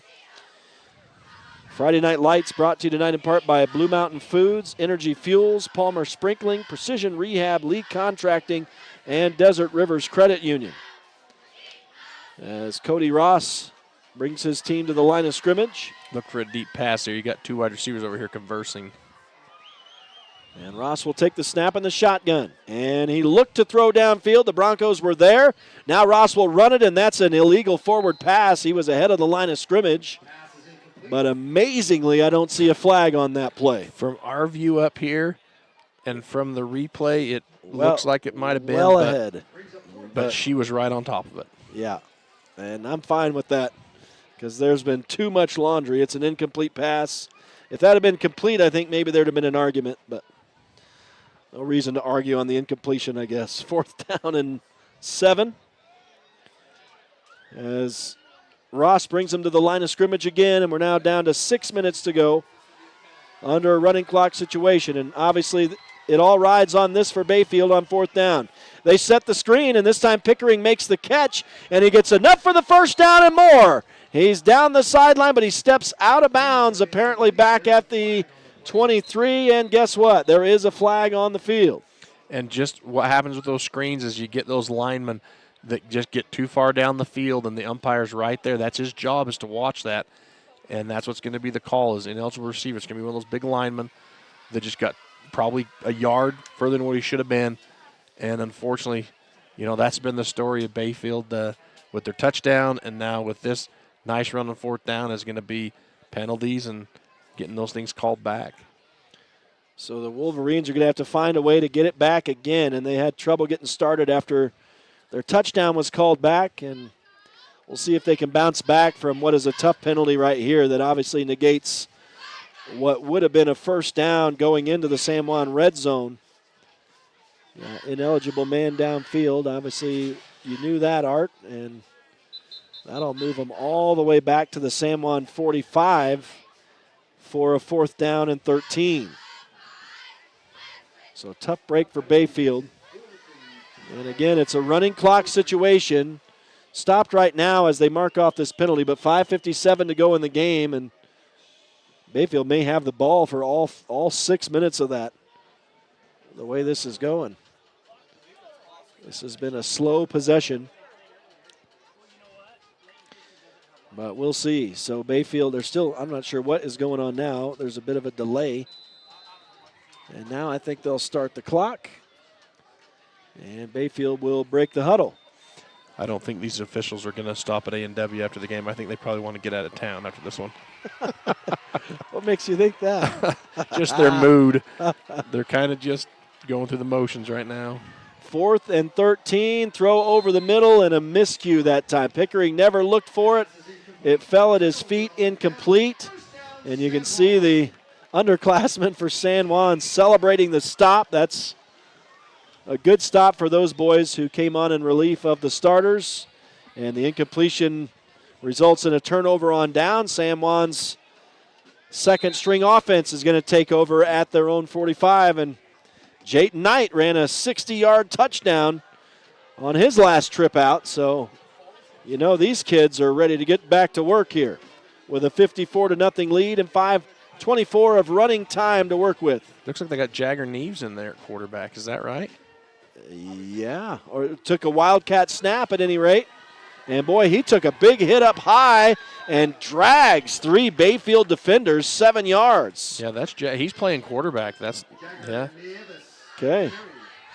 They're calling him Nieves here, and I can never figure it out. It's Neves. Yeah. Just a running joke. All right, so Jagger Neves. It looks like they got number 42 at tailback. And at QB, and so, yeah, I know who used to wear number 42, kid by the name of Magnum, but this number 42 is going to bust it down the sideline, and what a hit over on the far sideline as he ran over a Bayfield defender down inside the 25-yard line. That play at Stetson Black on the run. Yeah, and he was ready to go, man. I'm going to call that about a 25-yard run. That's full-on unofficial, but it's a hurry-up offense for San Juan, so I got to get something down on the paper. Now look at this fake by Jagger Neves, and he's going to go forward for first down yardage. That's a 14-yard run from the third-string quarterback. And so Neves, what did he get on that first play over here when he ran the ball? Did he get some yardage on that play? He gets, I think I missed his stats. I want to say 5 or 6 yards, but I'm not sure. I might give him 6 yards. He's going to throw for the first time now, and it's over here on the near side of number 35, who's going to go into the end zone for a touchdown. But there are flags on the field. If it stands, that's Nash Young on the catch, the sophomore, but I'm guessing it's going to come back. Yeah. Hold on the Broncos. That's too bad for Nash because he was excited to get in that end zone, rightfully so for that young man. Yeah, and I think that's the 4th touchdown called back on San Juan tonight. Comes with 3:33 left in the game. And the clock does stop for this penalty, and they'll start it again here momentarily. And people might be saying, well, why are you throwing the ball here and you're up 54-0? Listen, this is your third-string team. You know, it's Bayfield's responsibility to stop this team right now. Exactly. And Jagger keeps it himself again, untouched, into the end zone from 18 yards out, as both backup quarterbacks have now run their first touchdown runs of the season. Boy, Jagger just went 38 yards on 3 carries for that TD. So Jagger Neves on the stat sheet for the season with that touchdown run. And he will also make a third column in the quarterback stat as well. I didn't even have him on the roster down here, or he's not even on the rushing list, but he will be after this week. The PAT was good. And so Nielsen hits the PAT, makes him 3 of 7 on the night. 3:18 to go in this game, a 61-0 lead now for the San Juan Broncos. And Friday Night Lights on Red Rock 92 and pictureitpalmer.com, brought to you in part by Holiday Construction, Quality Auto, San Juan Pharmacy, Canyonlands Tire, Diamond Propane, Knowles Home Furnishings, Abajo Adventures, Red's Ace Hardware, Southeastern Utah 7-Eleven stores, Blue Mountain Hospital, Primary Residential Mortgage, Monson's Quality Meat Processing, Four Corners Electric, San Juan School District Adult Education, Jones and DeMille Engineering, Bradford Tire, San Juan Counseling, Lee Collision Repair and Restoration, Pick-a-Stitch Embroidery and Apparel, San Juan Mortuary, Four Corners Homes, Utah Navajo Health System, Main Street Drug and Boutique, San Juan Credit Union, Tailor Made Wooden Heritage, and Innovation Medical Group. And a huge thanks to all the sponsors making the broadcast possible tonight. We will be thanking you one final time by name during the close when it's all said and done tonight. So a big thanks to all the sponsors who make these broadcasts possible. We could not do it without you. So San Juan getting set to kick it away.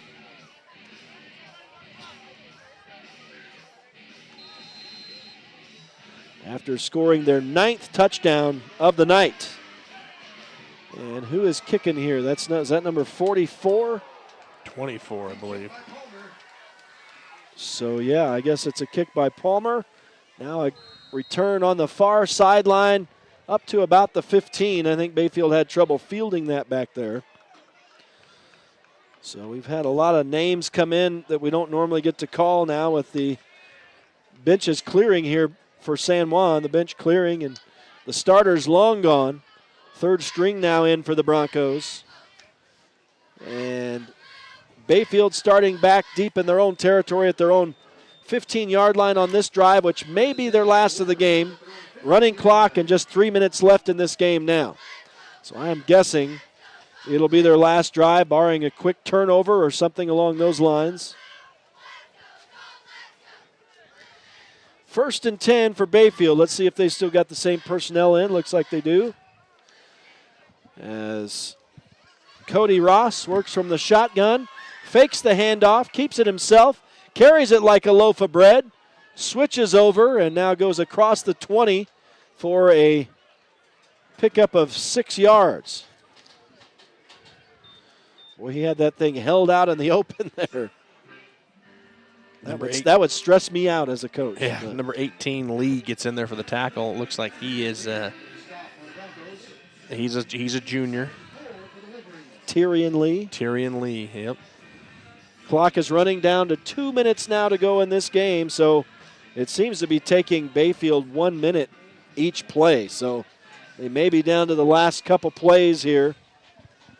Trailing San Juan 61-0.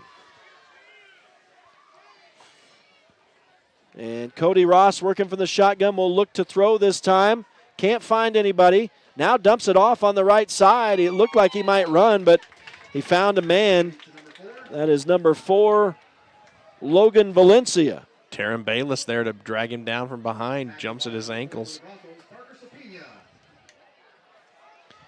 And let's see, that's enough to move the chains, so I guess that was a pickup of 4.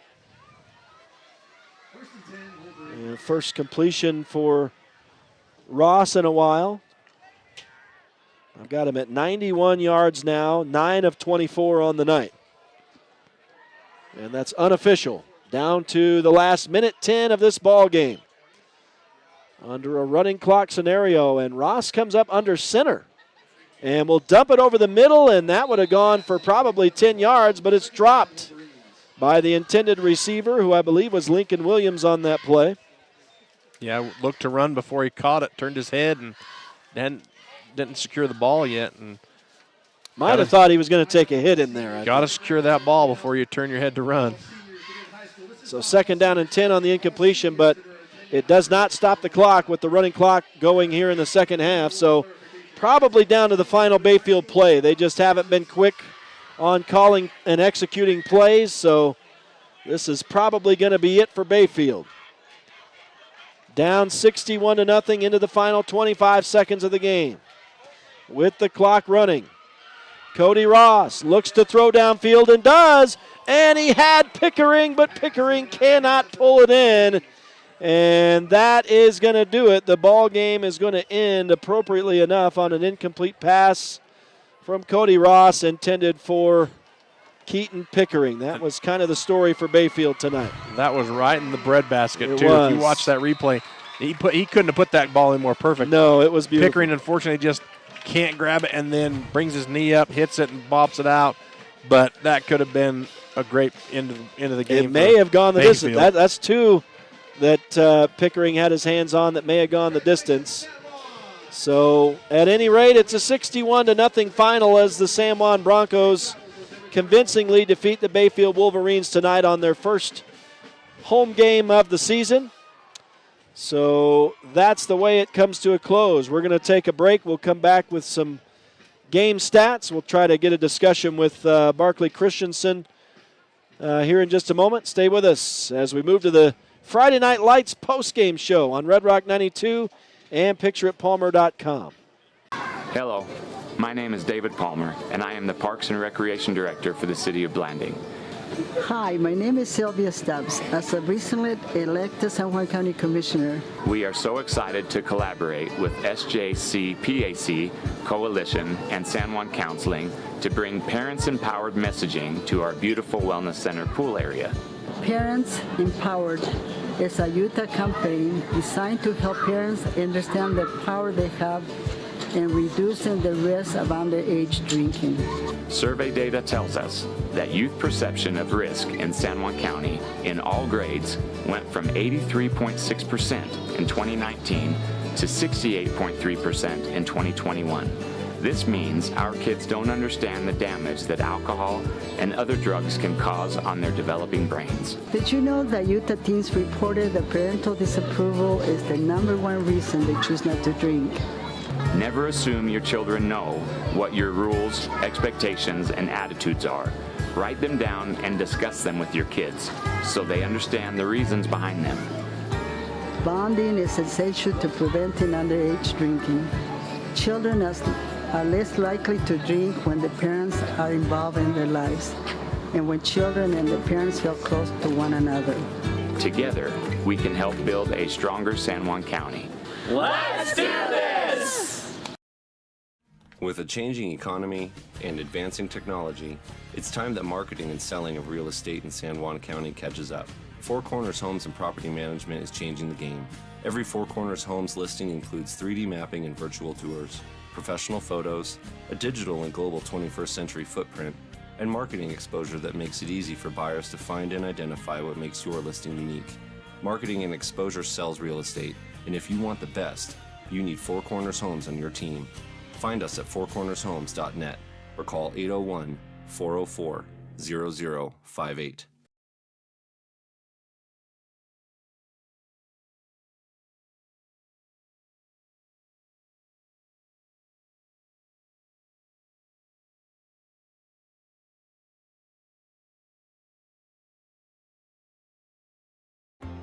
At Energy Fuels, creating opportunities and participating in the local community is important to us. Thanks to our dedicated employees, we're safely producing critical materials that support cleaner energy sources and a better planet for future generations. Knowing that the youth of today will make great contributions tomorrow, we're proud to sponsor San Juan High School athletics.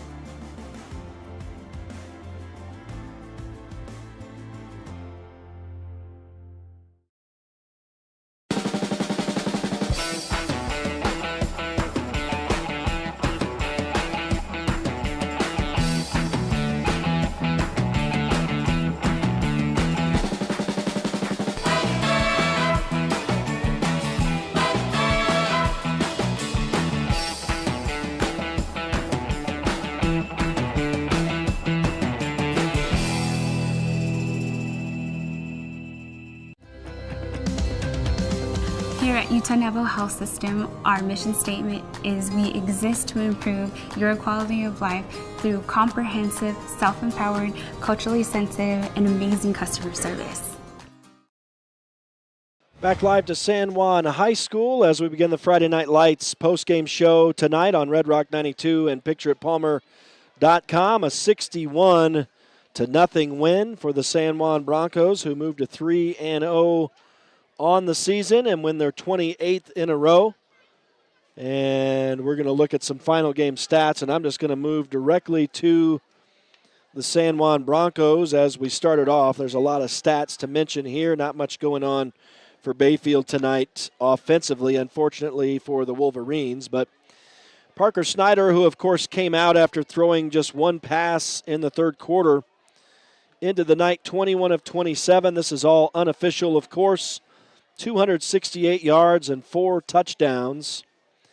And here's how he spread that out.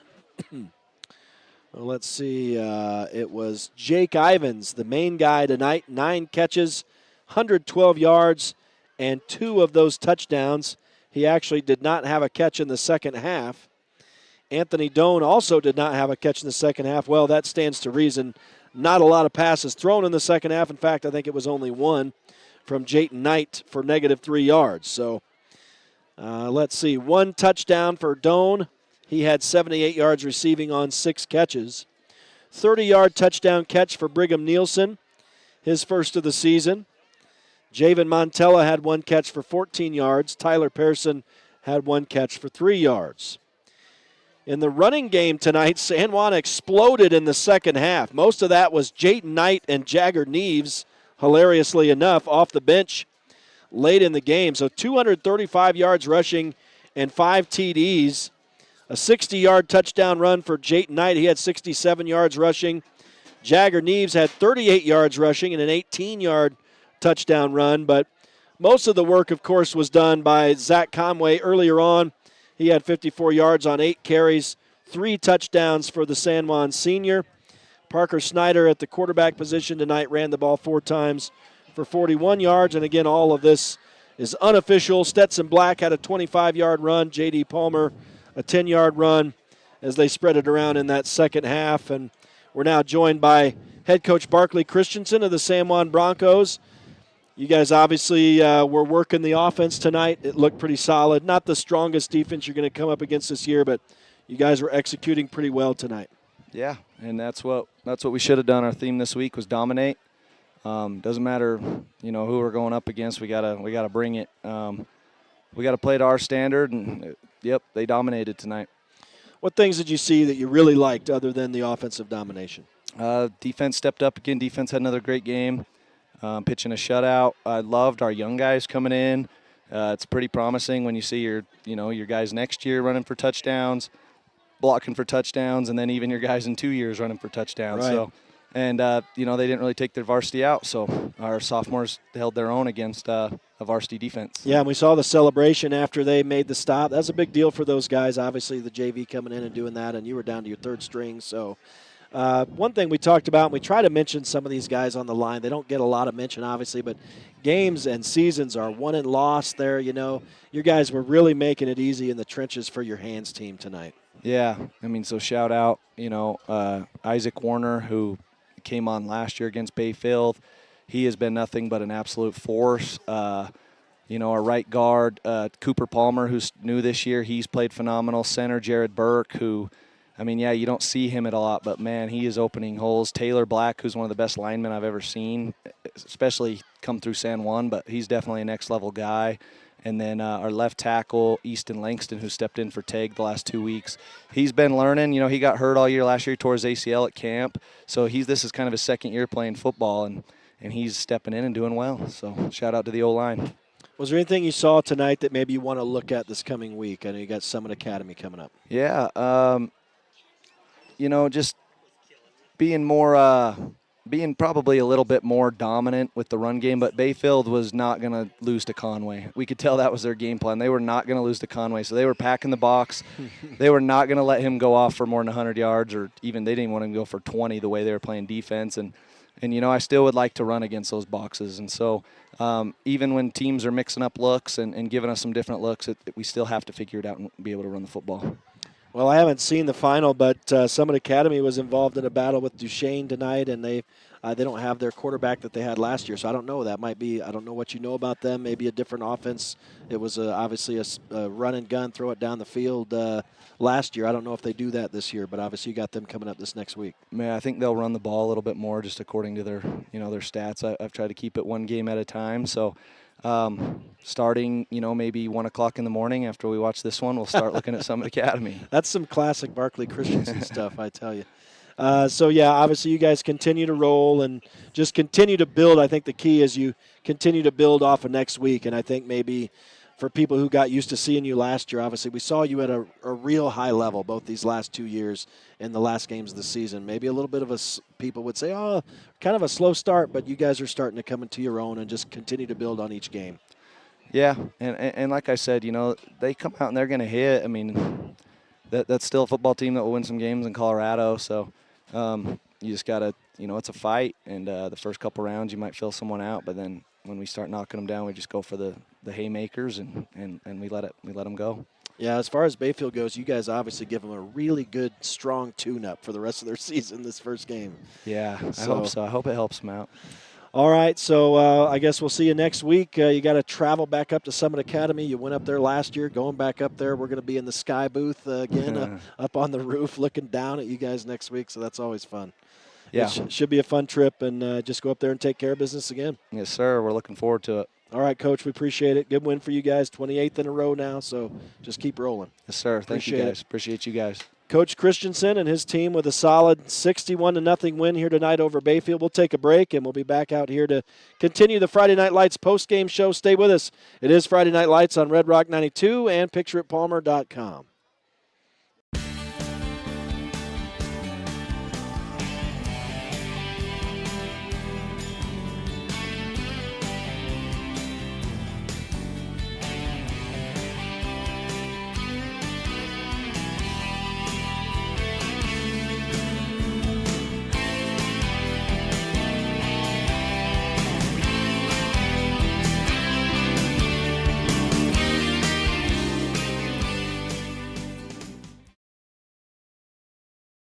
With a changing economy and advancing technology, it's time that marketing and selling of real estate in San Juan County catches up.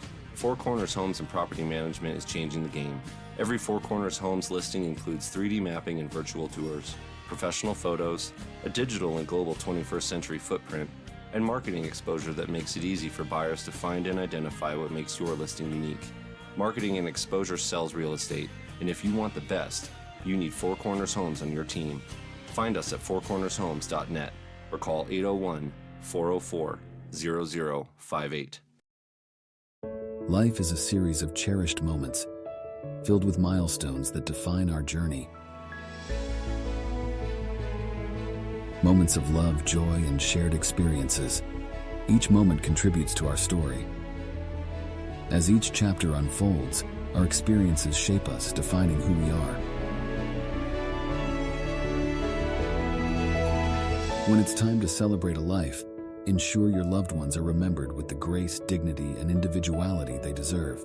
San Juan Mortuary, celebrating life, honoring memories, transcending tradition. Compared to the vocational schools of the past, today's career and technical education courses span nearly every industry, including health science, business, digital arts, and computer science. CTE students learn valuable, real-world technical skills with a solid academic foundation while exploring career options or pursuing their passions. Did you know San Juan School District offers 19 CTE pathways for secondary students? To learn more, talk to a school counselor or CTE teacher today.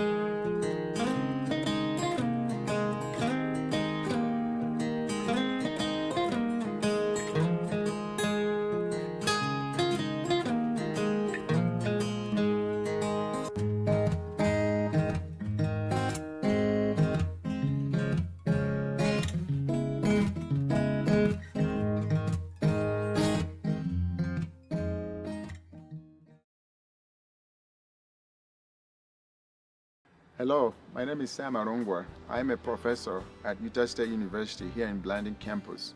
I am passionate about prevention. It is vital that we teach and help children and their families by teaching the importance of healthy brains, family time, school time, active time, and family culture. We are helping to protect against and lowering the risk of youth substance misuse and suicide. It takes a community to raise a child. Prevention is about building relationships. We can work together to strengthen one another and help keep San Juan County an amazing place to educate and raise strong families. I know that we can do this. Let's do this.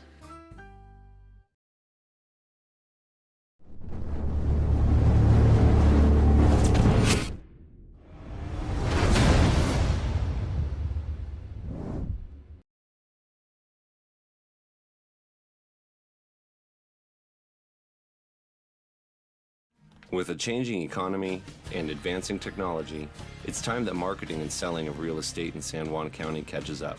Four Corners Homes and Property Management is changing the game. Every Four Corners Homes listing includes 3D mapping and virtual tours, professional photos, a digital and global 21st century footprint, and marketing exposure that makes it easy for buyers to find and identify what makes your listing unique. Marketing and exposure sells real estate, and if you want the best, you need Four Corners Homes on your team. Find us at fourcornershomes.net or call 801-404-0058. San Juan Credit Union. Your money, your future, your credit union. We have branches available in Blanding, Monticello, and Bluff. Come on down and see us.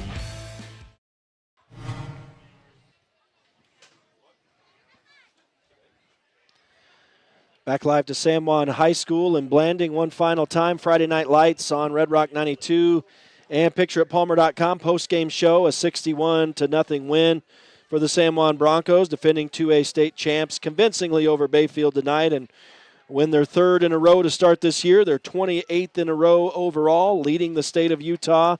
And we're just going to sign off with possibly some final score updates. Art, if you've been able to locate anything, and just some final thoughts after that as well. Well, so we've got some final scores. Beaver beat Layton Christian 28-14. Delta beats North San Pete 48-6. One of the bigger surprises, I guess, is Emory loses to Enterprise, a 1A school. Wow. 20-34. Wow. South Sevier and North Sevier. North Sevier was leading at half. South Sevier came back to win 23-22. Providence Hall beats Parowan 42-20. Grand loses to Gunnison Valley. I'm assuming that game's final. The last update was 42-20 for Gunnison Valley. And it looks like Duchesne Summit Academy, if you look at the thing, Summit Academy barely comes back in the fourth quarter to win 25-22 if that's game's final, which barn burner. Not sure if it is or not, but yeah, if so, Summit Academy comes back right at the fourth quarter, score the last 6, and win that game. So we'll have to watch it. Hard to tell if it's still live or final with Des News, but a couple of ending thoughts real quick, and we'll get out of here. Penalties tonight for San Juan. I know they scored a lot of points. Their offense looked really good. Defense looked stellar, but 100. My unofficial stats, they had 100 yards in penalties to 30 for Bayfield.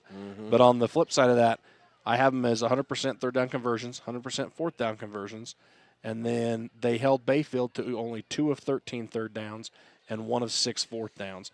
And, San Juan gets 20 first downs and then gives up only about 11 to Bayfield. So outside of those penalty yards, which a lot of them came in the second half, and big ones, your unsportsmanlike, your PIs, those are big penalties. And so outside of that, very good game for San Juan, I felt. And I think Bayfield, first game of the season, they had some hiccups. They had, some guys not on the field, had to call some early timeouts because of that. But really, penalty-wise, they were spot on as far as, offsides and false starts and those type of penalties that really drive you crazy. But, I think, they get the one touchdown called back. They almost have it here.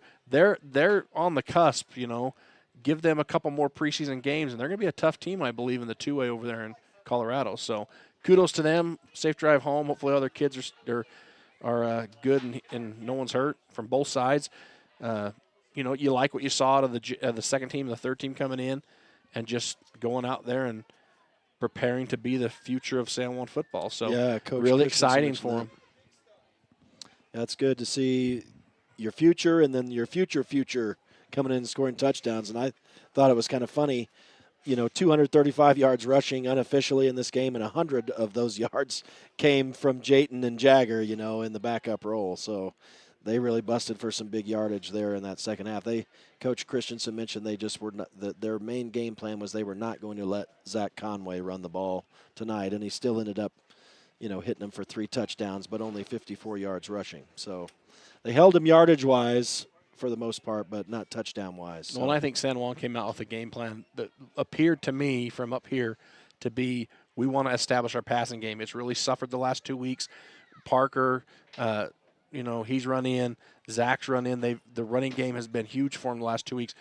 Their passing game has really been kind of their Achilles heel the first 2 weeks. And I thought it kind of got on check tonight. I think Parker has a new favorite receiver, number 3, Ivins. Yeah. Because he would go up across the middle and he would bring down those footballs for Parker, and that's what a quarterback loves, and that's what gives him confidence to throw you those footballs instead of just taking it and run like Parker normally does. And so I think the more we get deeper into the season, you're going to see that. You're going to see Anthony Doan. Those are going to develop, and he's going to have 2 receivers that he can look to at any time, which is going to open up the running game a little more. They don't really need it. They've shown that they can run at will. But, I think they really emphasize on the passing game because it's really not been there the last 2 weeks. And I thought it got going a little rough, but towards the end of the game, I don't know how many total yards you said on your stats, but in the passing game. But I think they did an excellent job. Parker got comfortable with his receivers. The receivers started running crisp routes. They started getting open. And those things just, they make successful teams. Yeah, almost 270 yards passing. So definitely the best passing game of the year so far for San Juan. So looked a little bit more like what we saw last year. But, yeah, Jake was getting open all game long. So we'll look forward to that. All right, so we're headed up to Summit Academy in Bluffdale again next week. We get to be on the roof in Bluffdale. You remember looking straight down at the field. That's good stuff. I'm scared of heights. I was scared of the Ferris wheel I took my boys on this past week at the Shields Sporting Goods store. So, that's good stuff. Maybe I shouldn't embarrass myself like that. I don't know. I got no problem with airplanes or roller coasters, but if it's a ladder or apparently a Ferris wheel or, what do you call it? That is what it is, right? Ferris wheel? Am I saying the right thing? Yep. Yeah, I was locked up there. I've got a couple tree stand harnesses. I'll bring you one. No, I don't think so. Picture at Palmer Creek. We can bolt you down to the top of that thing. If I'm bolted, I might not be afraid. I might be sweating, but all right. It was a fun one tonight. 61-0 final. San Juan wins their 28th in a row, moved to 3-0 on the season. That'll do it for us here tonight from the San Juan High School football field. I want to say thanks to all the sponsors, all the listeners for joining us, and the viewers at StreamUtah.Live tonight. A little bit of some juggling. Good job by the PictureItPalmer.com crew, Lane Palmer and Caleb Carr, hooking us up again tonight, and obviously had to do a lot of jumping jacks throughout the week to make it even happen. So appreciate their effort for getting a streaming video again this week, and should be back on PictureItPalmer.com website next week as we go to Summit Academy. On behalf of Art Adair, Rhett Sifford saying so long from the San Juan High School football field, where the Broncos win it 61-0. We'll see you next weekend in Bluffdale. Until then, Rhett Sifford saying so long from San Juan High School. Have a great night and a great weekend. High